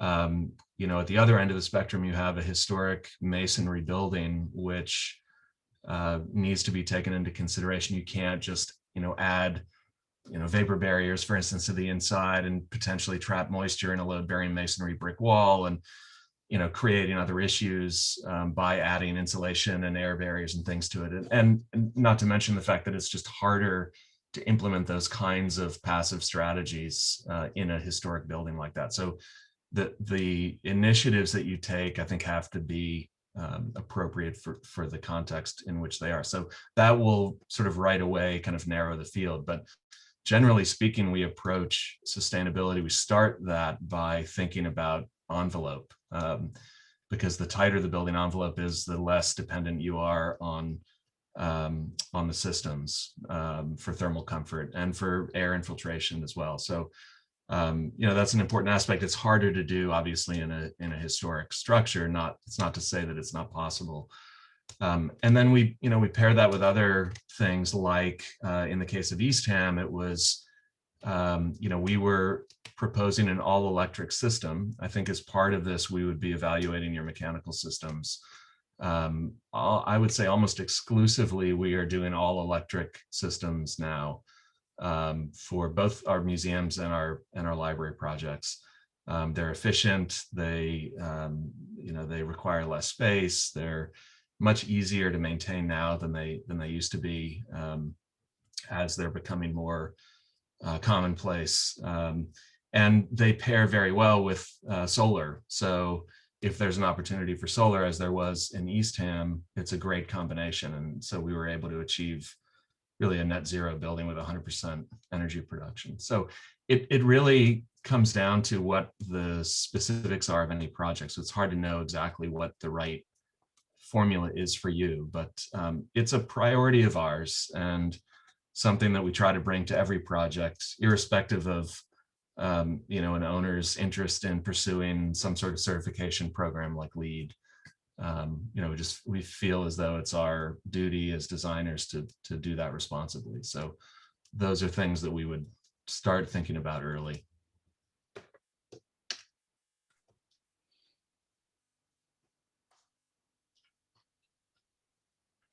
Can you talk a little bit about the consulting teams that you work with? Oh, Jim, I'm sorry. Did you?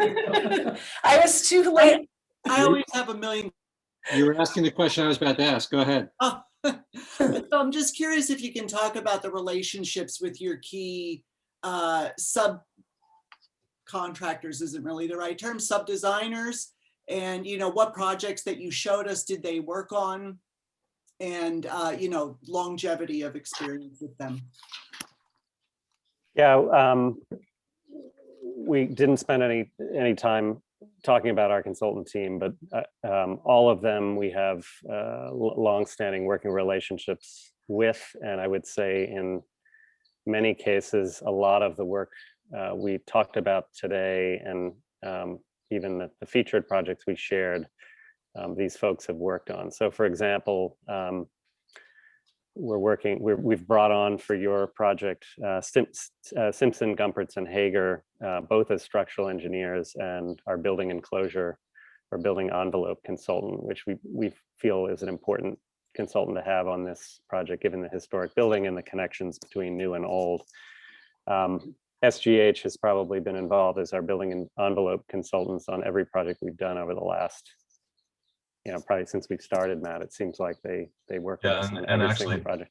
Even before that, at Machado and Silvetti, a lot of the consultants that we work with, we have 20 plus year relationships with, and multiple projects. Our MEP engineer Bala was the engineer for the Eastham Public Library, for instance. We've a lot of them we have multiple project histories with. So we're very comfortable working with them. We know what to expect, and they know what we are expecting of them. Yeah, and to what extent we need a historic consultant, I'll just touch. Chris mentioned AM Fogarty for cost estimation, and we did talk a little bit about their role, and they've been involved in a lot of projects. Historic is probably the one we don't often use, and even on some of our historic projects, we feel we have at least working capabilities in-house to manage that. But what we found the historic consultant to be helpful with is sometimes is a process, especially if there's an engagement with, for example, the Mass Historical Commission. They'll help map out a kind of process of how we move through approvals. We've brought PAL on as our consultants for that. Maureen Kavanaugh is the lead from their office, and we just finished a project with her for the Faneuil branch of the Boston Public Library, which is a project in our office that's under construction now, but we just finished a sort of historic process with her. That was a project that had to go through Boston Landmarks and Mass Historical Commission. So she was a good sounding board, good advisor as we moved through those processes.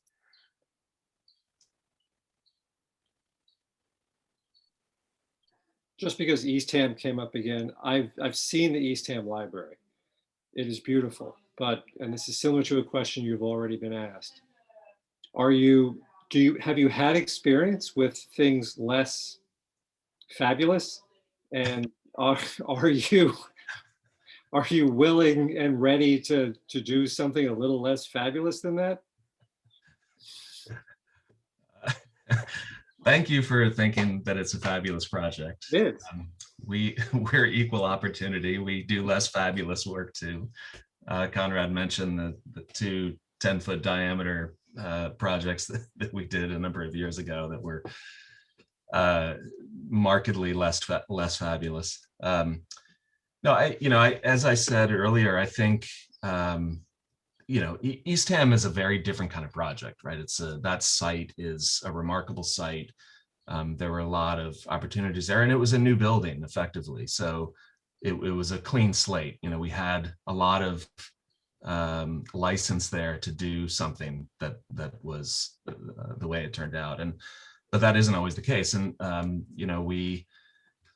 there are a number of projects that we work on where there are real existing constraints, and we, I said we're problem solvers. We enjoy a challenge, and we are trying to make the best project we can out of a given set of circumstances. And that may not be as dramatic as, floor to ceiling glass and pond views, but it can still be transformational for a client. And that's really, to us, the priority. That's, we're trying to take something that doesn't work well now and make it work as well as it can. And, whether that's a modest project or it's a more flashy project, I think the satisfaction comes from sort of achieving that goal.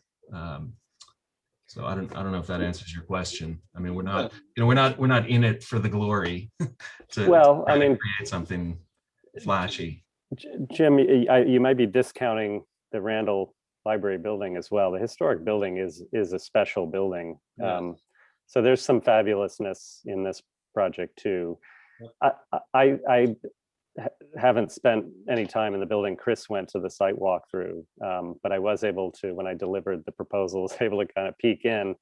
And one thing that's kind of frustrating is just you have no real appreciation of the beauty of some of those rooms when you first arrive at the library. And it is a great opportunity to be transformational. How does one make that part of the historic building part of the life and visitor experience? And I think there's got to be solutions that can greatly improve the connection between point of arrival and the historic building that will make this a fabulous project. So like Matt said, it's very different than Eastham, but I would be optimistic that there's some great things you can do with your library. Thank you.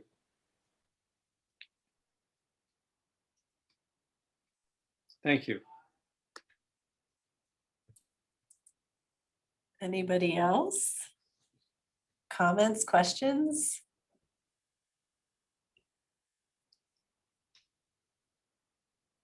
Okay, wow. Well, thank you so much for coming. We really appreciate it. Thank you for having us. Yeah, thank you, Tina. Yeah, thank you all. Nice to meet you virtually. It's great to meet you too. Thank you. Everyone. Bye. Thank you. Bye-bye.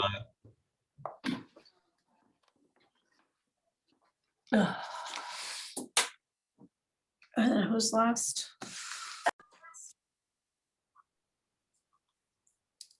Oh, here we go. Here they come.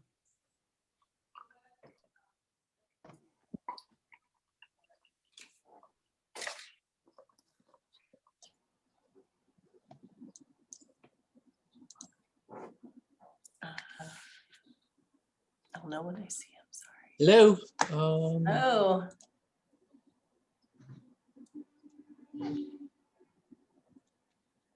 Nice to see everyone. We have Julia Patton here, Judy Selwyn. Hi. Hello. Hello. Do Thank you we? I was just going to say thank you for coming. And I'm Tina McAndrew, the library director. Met you. I'm sitting here with Denise Demkoski, the town administrator. And I also have the building committee members here with us. I have Lisa Lavina, Jim Salvi, Kat Copeland, Peter McManus, and Brian Patudo. And just so you know, we are recording this tonight. So with that, I'll hand it off to you. Okay. Oh, thank you very much. I'm going to, maybe I'll do introductions before I jump into this screen share. My name is David Eisen, principal at Abacus Architects and Planners. I'm in the office where I've been for months and months and months. My partner, David Pollock, is usually in the office. He's in his car right now. And so you will see one or both of us from beginning to end. We are not an office where we come for the introductory meetings, come from the ribbon cutting or the presentations, and we're done. You will see us all the way through. In addition to running Abacus Architects and Planners, we do many of the things that you do in our spare time. So David Pollock has been on the Brookline Building Commission for close to 10 years. He was on the Brookline School Committee for 6 years, 3 of them as chair. He's on the Brookline Finance Committee. He knows a lot about how towns run, and Stowe is different from Brookline, but I think there are a lot of commonalities. In addition to running Abacus, I'm on the Mass School Building Authority Designer Selection Panel and the Back Bay Architectural Commission. I hire architects, I review their work, I overview the process. So we know what it's like to be in your position. We know the kind of weight on your shoulders. Julia Patton has been with us for 7 years, project designer. She's worked on a long series of kind of similar projects, additions, renovations, historic preservation. And we have a number of other members of our office who may join us as the project moves forward. And Judy Selwyn of Preservation Technology Associates. And she has been doing this work for decades and decades. And she's actually done the Randall Library before she did the original study about 9.5 years ago. So we are ready to hit the ground running. I'm going to screen share.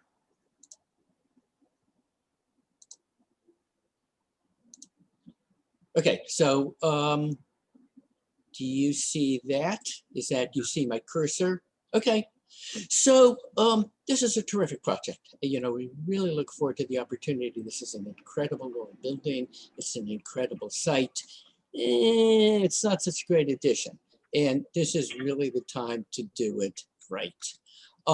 We, in addition to the 4 of us who are the core team members, we have a broader team. We have a cost estimator. There's Judy on the lower left. We have a series of other consultants who we can bring in as appropriate. So we have so much expertise, and we have enough expertise to know when we should be bringing in a civil engineer or a structural engineer to provide the critical information to evaluate options and to help determine prices. So, I mean, that's who we are. And I want to talk a little bit about what we do and what we offer you, because that's the critical question here. We are a relatively small firm. We're 9 people. That means you get the principals of the firm actively involved. It means this is a really important project to us if we get it. It's not like a little project we do between the important projects, but we feel like we have large firm capabilities. We have great consultants, we have great experience. David and I have been doing this for decades. We bring a lot to the table. We have a lot of experience with 19th century buildings. We love historic buildings. We love historic preservations. We understand how important they are. This is a critical component of this project. Equally important is the 21st century, because that's where we're at. This is really about designing for contemporary needs. We've worked in so many communities, worked on lots of libraries, not in Stowe. We want to hear from you, but we have a sense of what is being expected today of public buildings. We're planners. We really look at the context. We look at the big picture. We've done a lot of planning in small towns. We know how to step back and see the library in relationship to what's around it. We're also focused on the details. They're all critically important. As you know, the roof is leaking. Somebody got the details wrong.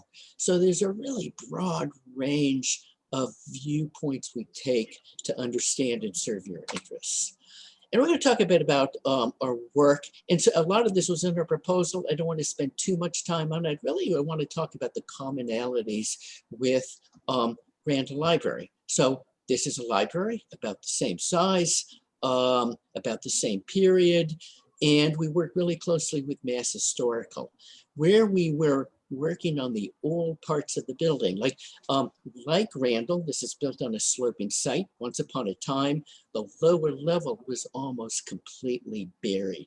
We lowered the grade, we lowered the bay, we not lowered it, but added onto the bottom of the bay. We replicated the historic details. The entry is brand new. We did a contemporary entry to meet contemporary needs, working hand in hand with Mass Historical.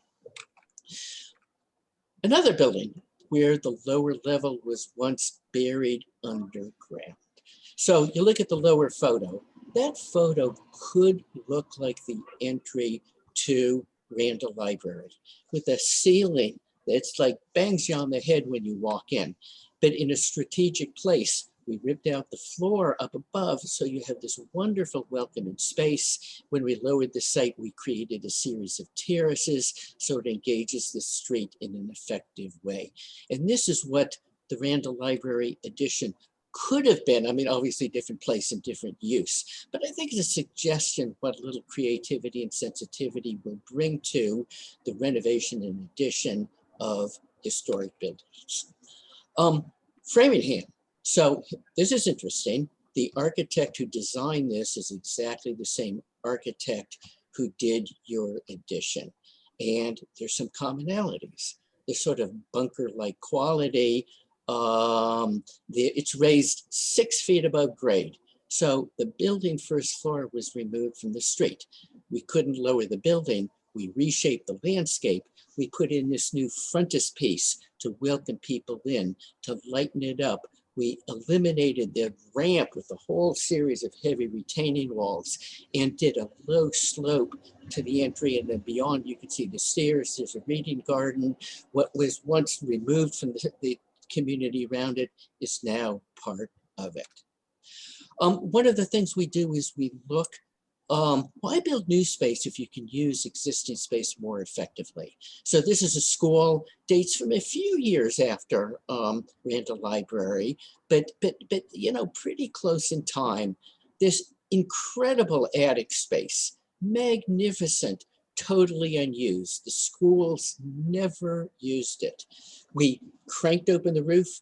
We put in these dormers, we put a loft inside. We got something like 5,000 square feet of new space filled with light. And I'm not suggesting you necessarily want to crank open the roof to the Randall Library. Perhaps some of what you see here on the roof is actually in the building next door.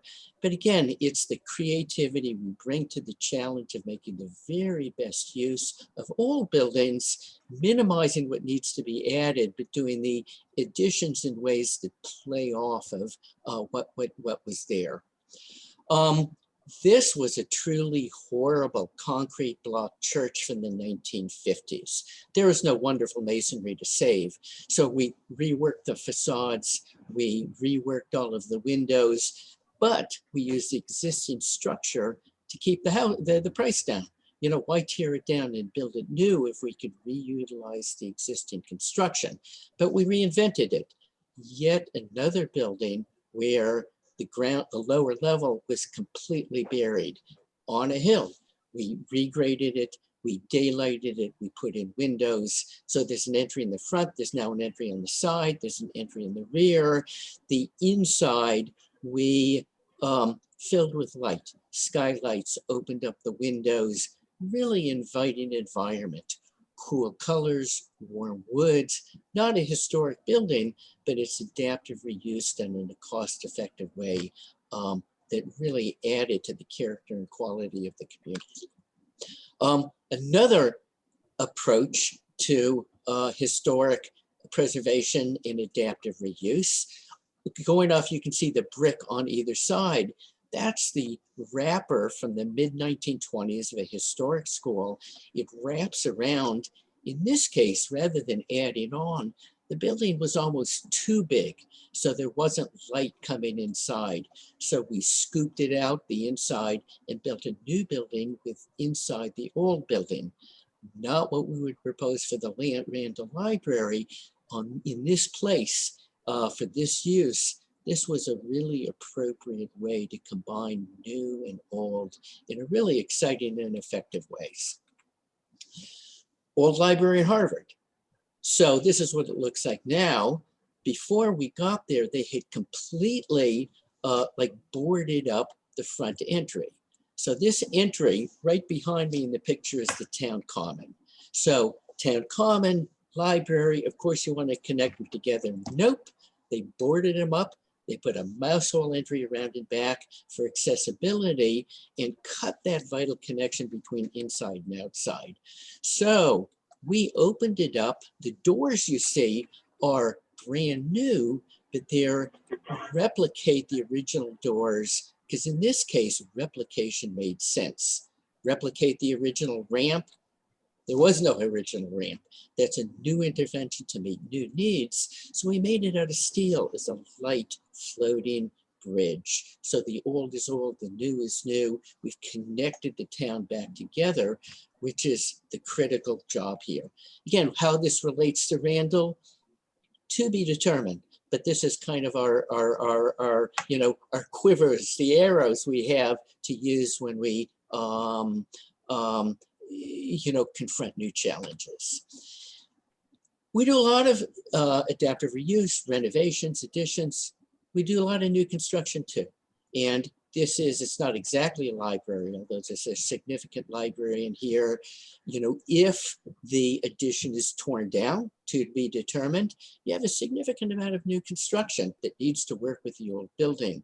But the point of this is we don't do bunkers. We don't do big blank walls that people tend to hate. The spaces we make are filled with light.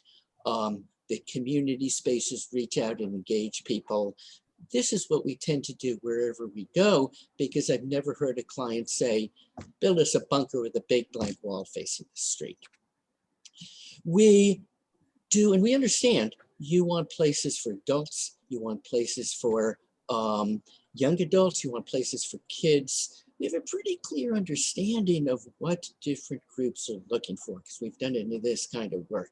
So the kids love this space. This is a new building. This is an after school. It's from about 1:30 on, it's filled with kids. In the evening, clear out the kids, bring in the adults, and guess what? The adults love it too. So we are, yes, let's make a kid's space. If it works, let's make a space that works for everybody, so you build less space and get more use out of it. Again, subject for discussion, but it tends to be the approach. How can we get the most for the least, find commonalities, and really make everybody happy? So I'm going to turn this over to Judy, and she's going to talk about some of her experience. Well, let me tell you a bit about myself, but you may know already, because again, I have a previous history at the Stowe Library. And interestingly, I know the architects that built the last edition practically 2 generations ago. I was not involved at that point, but in a way that edition shows the change in philosophy in historic preservation and in libraries. What they wanted to do at that point was to provide a very modern building. And what they actually achieved was subsuming the important historic building. And as I recall, the last time I was in your building, almost turning the main library space into a basement. It was pretty dismal. And That notwithstanding, the original building stood with its wonderful historic materials, with red brick and brownstone and a slate roof and a Romanesque design, really very typical of the period of the buildings you're seeing, the great renaissance of American libraries, probably between the 1880s and 1920s, when wealthy families and the Carnegie Foundations endowed a generation of public libraries across the country. In the upper left-hand corner, you see the Robbins Public Library of about 1920. It got an addition about 30 years ago, and I was first involved in Robbins about 45 years ago when I did some work on its first edition, the junior library in the back. And I've since been involved in stone restoration to the historic building that you're seeing. And I've also been involved in other projects along the way, like getting the birds out of the mechanical systems in the attic and waterproofing the basement. So from top to bottom, I've been involved in Robbins. In the upper right, you see the Crane Library in Quincy. And of course, those of you that are involved in libraries know that the building you're seeing in the middle is one of the most important H.H. Richardson libraries in the country. And of course, built with brownstone and granite and built in the famous Romanesque Richardson style. It's been enlarged many times over the years. On the left, you're seeing a late 19th century edition. On the right, you're seeing an early 20th century edition. And what's not shown is the 2000s edition, which is much larger and open to the right, which was built in, unlike your edition, which was solidly modern, it was built in a more modified style to blend and yet be fully modern. And at Crane, during the renovation project, these buildings that you're seeing were my baby. And I was involved in the stone restoration, I was involved in the roofing restoration, and in items like the stained glass and window restoration of the building. The lower left-hand corner, you see the Manchester by the Sea Public Library. Again, a town basically comparable to yours with about a 1915 public library. And if any of you have gone to my website, you see a funny picture of me sticking out of a roof. And this is the building. This is the Manchester by the Sea Library. And I've been involved in masonry restoration of this building and of their important site wall in downtown. Unlike you, they have the distinct disadvantage of being hemmed in by residential buildings. Crane had the ability to build. Manchester is still hemmed in and stuck with their building. And one of the things that, I know and I feel very strongly about is I talked about the Great Renaissance, maybe from 1890 to 1920, when the concept of the public library ran across America. And I certainly understand now that you're in a new phase. You're not even a building filled with books. The last time these buildings were added to, they were added to because there were more books. And now you're adding because you're adding more programs. You've become a learning center with new and dynamic ways to learn in the 20th century. You've become a community center. You've become a gathering place for young children. And when the pandemic ends, those things will fly. They will really take off in your program. Now we see the Randall Public Library, and again, I'm sure you've seen the report that I did before, describing the masonry in pretty good shape. Unfortunately, the building's been turned around and the main entrance has been de-emphasized and part of the building has been submerged. Some of your problems are pretty typical. Poor brownstone. Well, we can deal with poor brownstone. That's one of the things that my life is made of. And you have an old slate roof. You can see in the upper right, it needs some repair. And you can see the coping stones at the gable. And you can see some of the generations of poor repair there. You can see all kinds of tar and mastic. So one of the things that I'll be involved in is trying to undo that, but yet to make the appropriate repairs in a cost-efficient manner. Thank you. Thank you. And Julia is going to talk a bit about some of her other capabilities. So in this slide, we're demonstrating some of the feasibility studies that we've done all throughout the state of Massachusetts. But what we're also showing in these slides are our digital capabilities. So one thing that we do as soon as we're awarded a project is we get existing plans if there are any, and we immediately start bringing them into our 3D software. We use Revit. So we were allowed, with using this program, we're able to work in 2 dimensions and 3 dimensions at the same time. This is really important for a project like yours because we're able to take the existing historic context and move it and manipulate it and make it visual. We can see how this will blend with the existing historic nature, but also new additions and how that looks. And then once it's done, we develop a series of finalized plans, which you see in the upper 2 corners, and 3-dimensional renderings that you can then take and display at the library, display around town to gain a lot of community excitement and support. And then going along with community excitement and support is also in community engagement. So Abacus has done a ton of community engagement, whether it be in large groups, small groups, virtual, we can do it all. And in order to engage the community, we have developed a series of strategies that we have used. So some of those strategies include Post-it note exercises, so every voice feels heard. Sometimes if you're in a large group, someone doesn't want to raise their hand and say something. Smaller breakout groups. Also, community voting, where people can come up and make their voices heard in a series of different ways. And we are also able to take that into a virtual world where if you're unable to attend a personal meeting because there's a pandemic, we can present virtually. We also have done a series of online polls and questionnaires that we can then collect that data from the community, compile it all, and then send it back to the community and also to you to say, look, this is the feedback we've heard.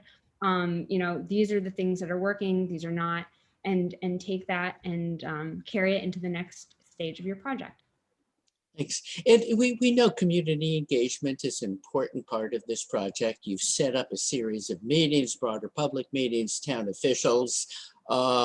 This is really important, and we're really happy you've done that. And just a note about those renderings, all of those buildings tended to be contemporary buildings, historical. It has nothing that modern technology is equally effective. It's showing what we're doing with in historic preservation is with new construction.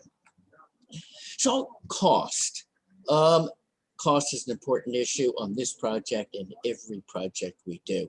And right from the beginning, we are we want to move forward with and meet the highest aspirations, but we want to know what they cost. So we have a series of things that we tend to do that keep cost on track.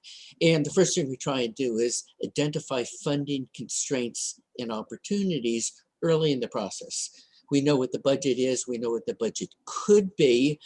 We know where the money's coming from, where it should go. So there are no surprises as we move forward. We really feel it's important to develop priorities because most clients and communities want more than they can afford. So what are your highest priorities that need to be met? What are the things you'd like to do if you have the money to follow through on them? And not only the immediate clients and building committees, and in this case, the library, what are the broader community needs that this library work could help meet?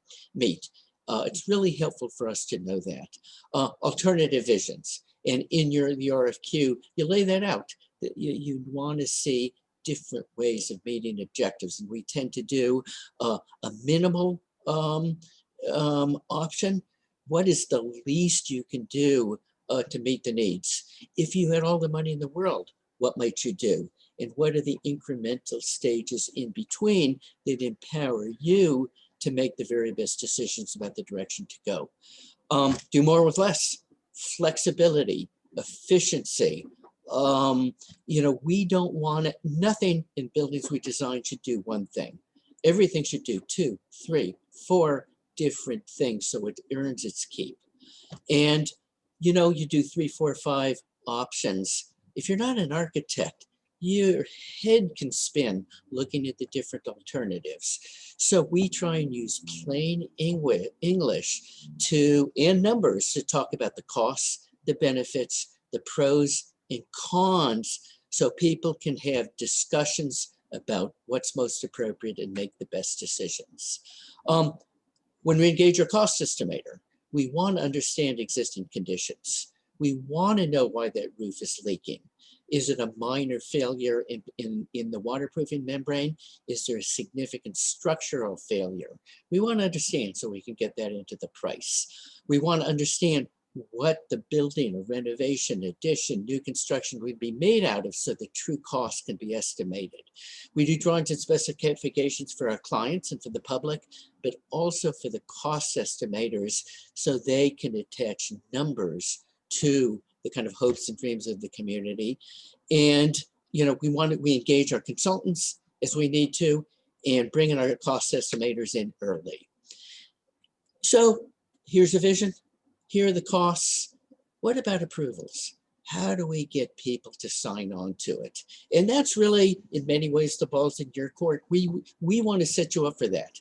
We want to understand the economical and political and social context that we're working in. We want to meet the broadest range of needs so as many people as possible say, yeah, I got all my books through Amazon, but this library offers me terrific opportunities. We want to verify needs. 6 new meeting rooms. Do you really need them? How do we make the case? We want to bring in town officials and citizens to participate, as Julia talked about, and we want the design and development we do to meet the needs of your decision-making process. And we have tools we use to help to compare and contrast costs and benefits, and really interesting projects. So we took the liberty of asking ourselves, what could you do? So we did some very preliminary sketches. These are not preconceptions that we would impose on you. These are meant to illustrate just the way we think about things. Here's an option for the ground floor, a really welcoming entry with a front porch, with lots of windows, with glass. Here's a staff area and a reception desk. That's actually big enough to work. This, I don't know what they were thinking back when they did that addition. Stairs that connect upstairs, downstairs, front and back, old and new. An elevator that weaves the building together. And taking that tower, the really important focus, and giving it a presence on the ground floor. Or just a different version. There are lots of ways to push and pull and respond to the kind of aspirations that the town has, that the library has. Up on the second floor, what's really clumsy about what was done, and Judy noted this, is it covers up the old building. So tear down that bunker, get some more glass in.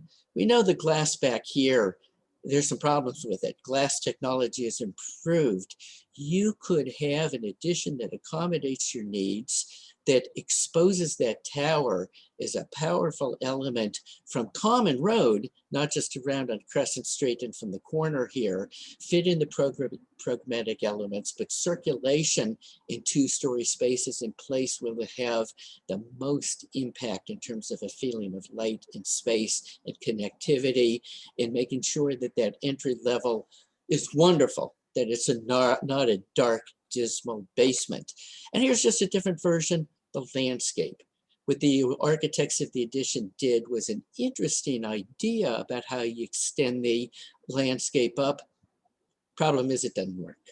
How can we navigate drop in grade and use the landscape to connect the library to the town around it rather than pulling them apart, which is what the addition tends to do. And this may matter, it may not matter. You know, the fact that we've just got a lot of recognition for the work we've done on projects like this, for being responsive to community needs, for our creativity and our ability to resolve the promises we make to our clients in ways that can get built and that people love.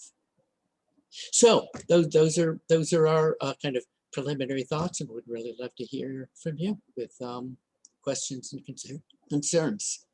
And I can either leave the screen share up or I can get rid of it depending on what you want to do. Yeah, if you could remove the screen sharing, that'd be great. You want me to stop the screen share or keep it? Yes, please. Stop it. Okay. Why is this? There we go. Excellent. Let's see. Who wants to start with the first question? Lisa? No, not today. Okay. Kat's gonna do it. Okay. Yeah, I'll ask a quick question. Like just based on the design, like what you were just discussing, do you guys ever use like landscape architects, or do you just kind of do all of that in-house? We always use a landscape architect. The reason we didn't include them is because the RFQ said they wanted to use firms that primarily used in-house personnel. So we were afraid to put a landscape architect up there because we would get, rather than credits, demerits from it. We always try and use a landscape architect. So, and we didn't put one on the team just because, like, whoa, if we have too many consultants. So, yes, we feel they're really important. Are you a landscape architect? No, I'm not. I was just based on your last, on a lot of what you had shown, you've kind of moved the hand around a lot in a lot of these projects. So I was just curious. So don't tell anyone, but yes, we always use a landscape architect. Awesome. Thank you. Could you talk a little bit about how often you've worked with the consultants that the sub-consultants you'll be using, especially the engineers? David, you want to take that? No, you go ahead. Okay. The screen's very, go ahead. Okay. Many times, every one of those consultants, we have not in fact worked with Judy, though I've known her reputation and she's been on proposals before. We haven't worked with Judy, we've worked with, and she's so familiar with this building. Our structural engineer we work with all the time, our civil engineer probably. David, wouldn't you say 15 or 20 projects with each one of those? Yeah, that's right. And mechanical, electrical, and fire protection, yes. We're probably doing 6 projects right now. So when we say you're behind schedule, get to work, they tend to pay attention to us.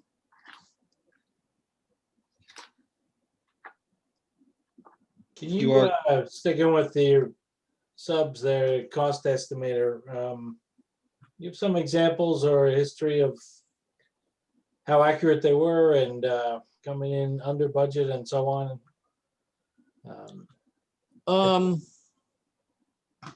So projects that have come in under budget. Yeah. Or close to budget anyway. Yeah. It doesn't have to be under. We just did a project for the Bromfield School in Harvard. So we're doing a number of projects for Harvard at the Bromfield School. We came in 20% below estimate, which is like, holy moly, why did we roll back on all of that stuff? But the client got everything we wanted. So because we tend to encourage our consultants to go high, because it's way less embarrassing to come in under budget than over budget, and it's way easier to cut before it goes out to bid than after. That's not true with every project. Some can come in right on budget, some come in over budget. We've been on a pretty good run recently. I mean, we're with projects that we've bid in the last year, and every single one of them has been able to go to contract. We also make good and very careful use of bid alternates, so that we can make sure that the client can go to contract with a project that they want, and we can also include some of the aspirational stuff that they'd very much like. But we want to make sure that, you know, on the day that the bids are opened, there's something that we can move forward with rather than go through the pain of rebidding. Also, our cost estimators are very deliberate that they're not trying to estimate the low bidder who might show up or might not show up on any given day. They estimate to the middle of the spectrum. And so, you know, if some sub bids are low and others are high, that you still have something to work with when the bids are opened. And on this project at the moment is just a feasibility study.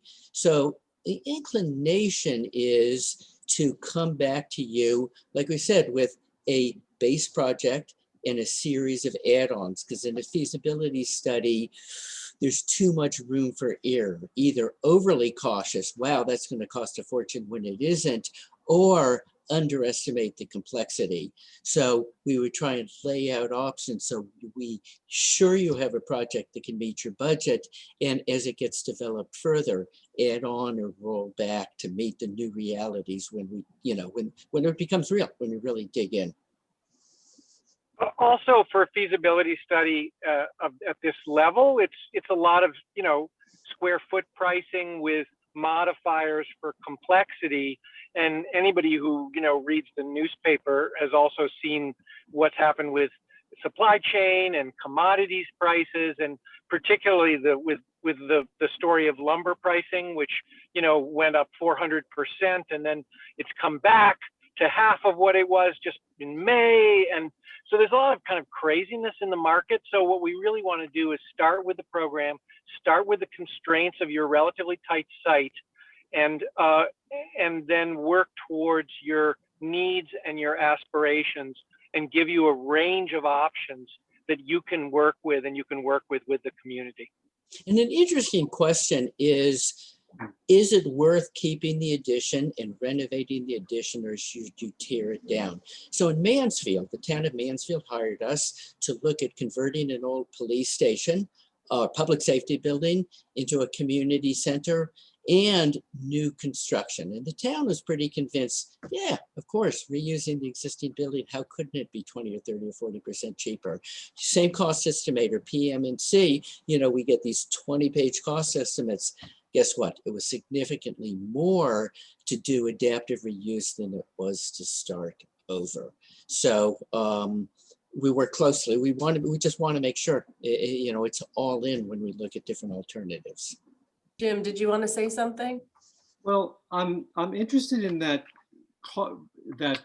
cost control process that you had a slide about, and I'm looking on page 25 of your proposal, which has a sample decision-making matrix, and this seems to be what you use in that process. But I guess my question is, 80% of this matrix focuses on features. And obviously, the most expensive option is going to have the most features. So isn't the most expensive option always going to win? Win in terms of being the most desirable. Yes. But the features are not so much adding bells and whistles. The features there were kind of different conceptual approaches in some ways. I mean, yes, you tend to get what you pay for. Although there were surprises, the town didn't really want to reuse that existing building in Mansfield. So the more features, getting a brand new building costs less than having less features and renovating.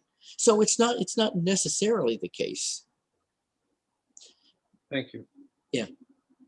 And it was similar there. I mean, it turned out, well, there again, yeah, new construction was, so here's interesting, new construction was more expensive and provided more on the project that you're looking at.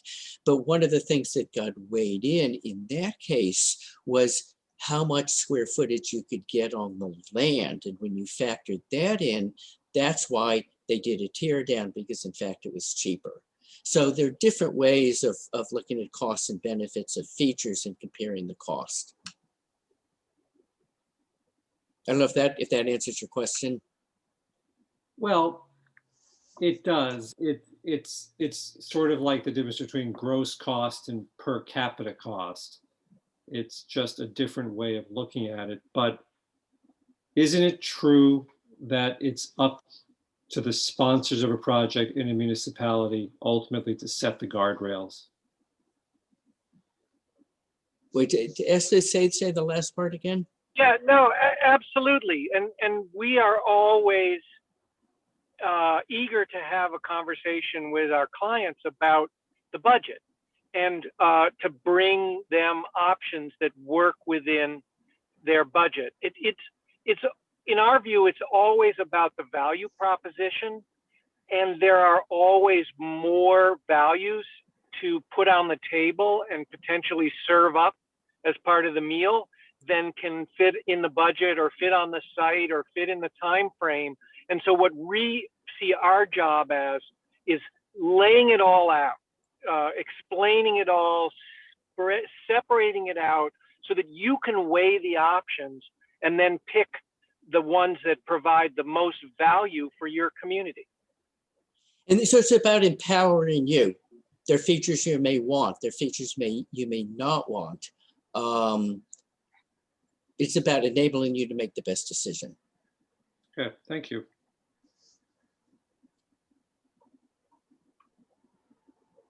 Can you talk a little bit about the Beals Memorial Library project? And from a perspective, it's hard to tell from the images in the brochure exactly what work you did, what was the existing building, and can you talk a little bit about how limited you were by the footprint and things like that?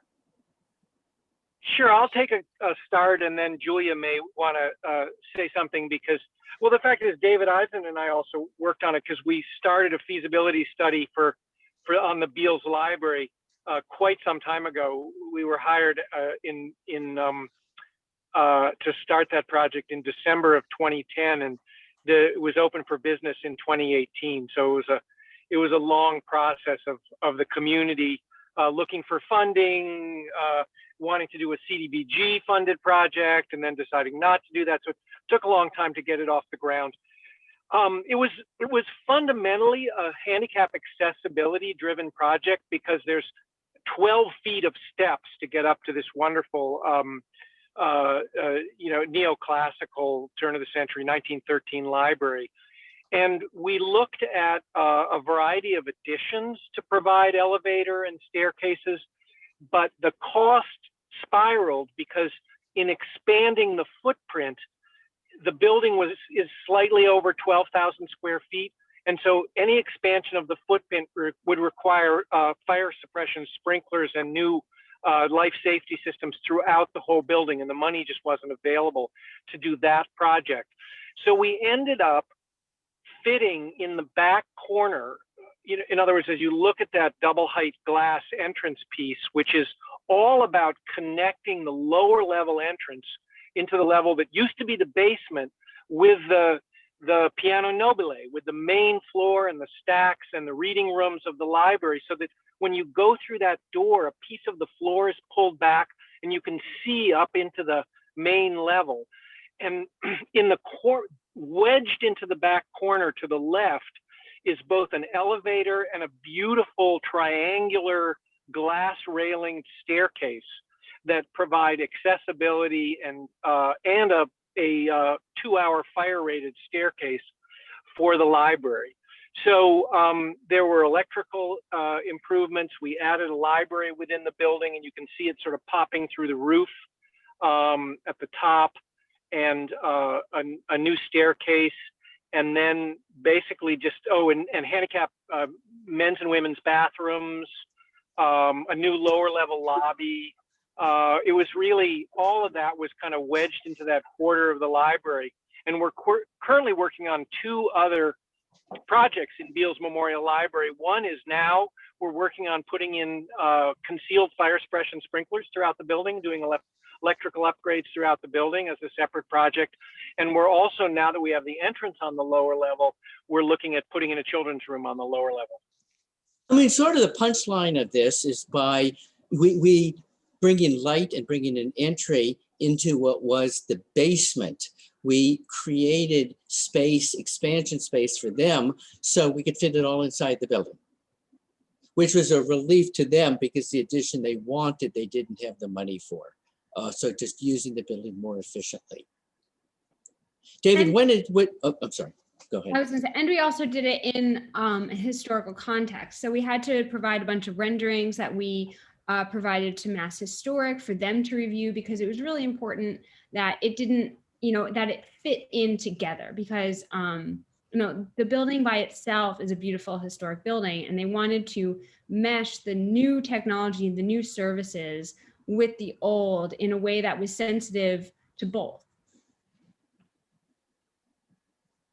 Thank you. So of the projects that you presented, what do you feel best represents something that would be akin to the Randall Library project?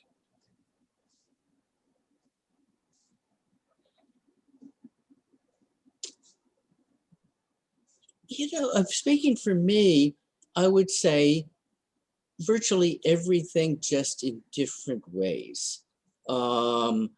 Because we don't know, even though showed conceptual sketches there, how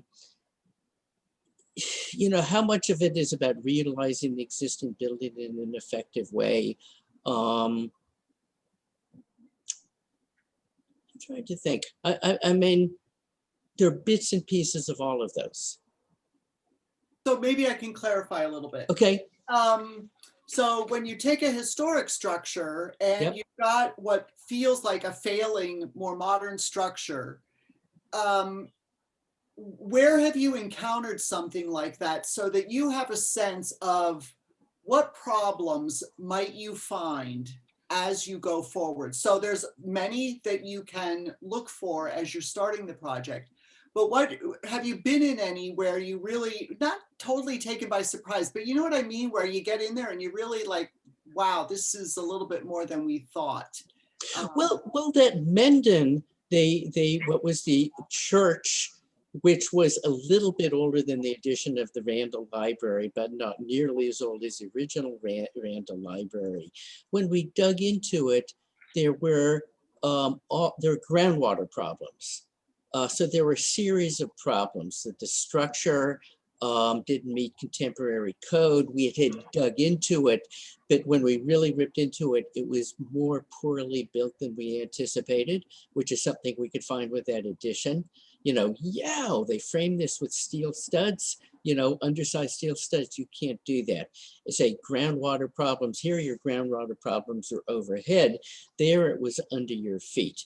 It was just as we opened it up, the shoddy construction that unfortunately raised costs never got to the point where it would have been cheaper to tear it down.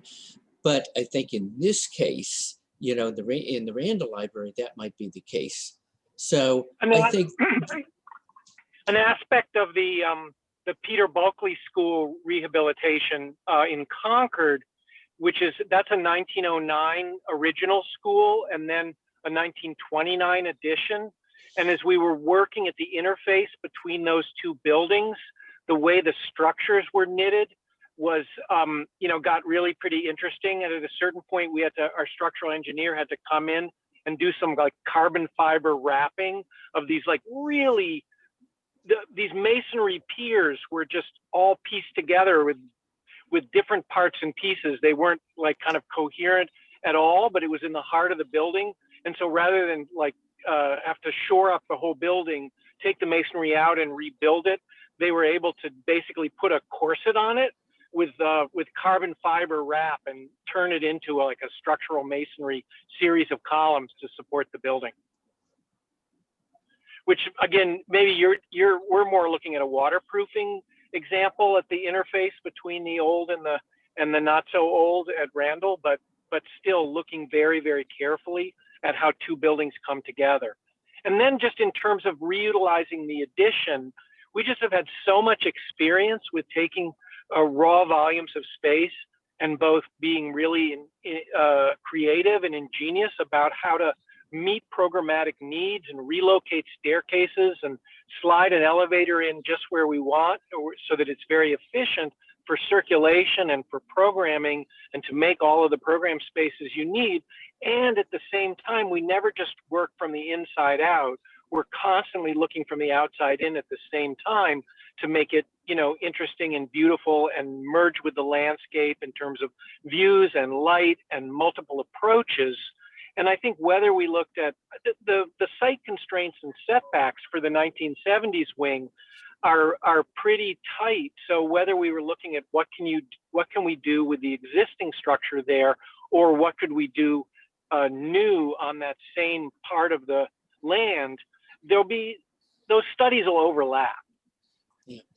And I would say, as I sort of all of those illustrations of renovation, of adaptive reuse, there isn't a one of them where at some point a ceiling was pulled down, a wall was opened up, and it wasn't like oh my gosh, when did they hack through that? So the key thing is, and I think we put it in the proposal, I mentioned it here, open these things up. We want the surprises sooner than later, because there always are these kinds of unpleasant surprises. Well, one more just quick response that knits back to an earlier question is that we work with a lot of consultants, and at any given time, currently we're working with 4 different landscape architects. We're working with 2 civil engineers. We're working with 4 mechanical, electrical, plumbing engineers. But we really like Kevin Hastings, our code consultant. He is so responsive. Just yesterday, we don't just get code reports. We do a lot of dialogue with him where we'll send him, after he's done the initial code report, we'll come back and we'll ask specific questions. And he's very cogent, very knowledgeable about all the codes. And that's a big support. Thank you.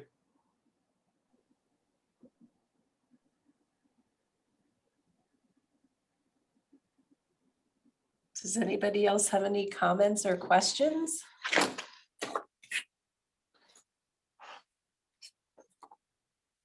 No? Well, okay. Let me thank you all for coming tonight. We really appreciate it at this hour too. It was great to meet you all. Yeah, this is great. Really nice meeting you. I'm going to just email a PDF, what I showed you, so you can use that however you want to use it, and happy to do any kind of follow-up if that would be helpful. That would be great. Yes, please. Okay. Thank you. All right. Thank you very much. Thank you all. Good Thank night. you. Have a wonderful night. Thank you.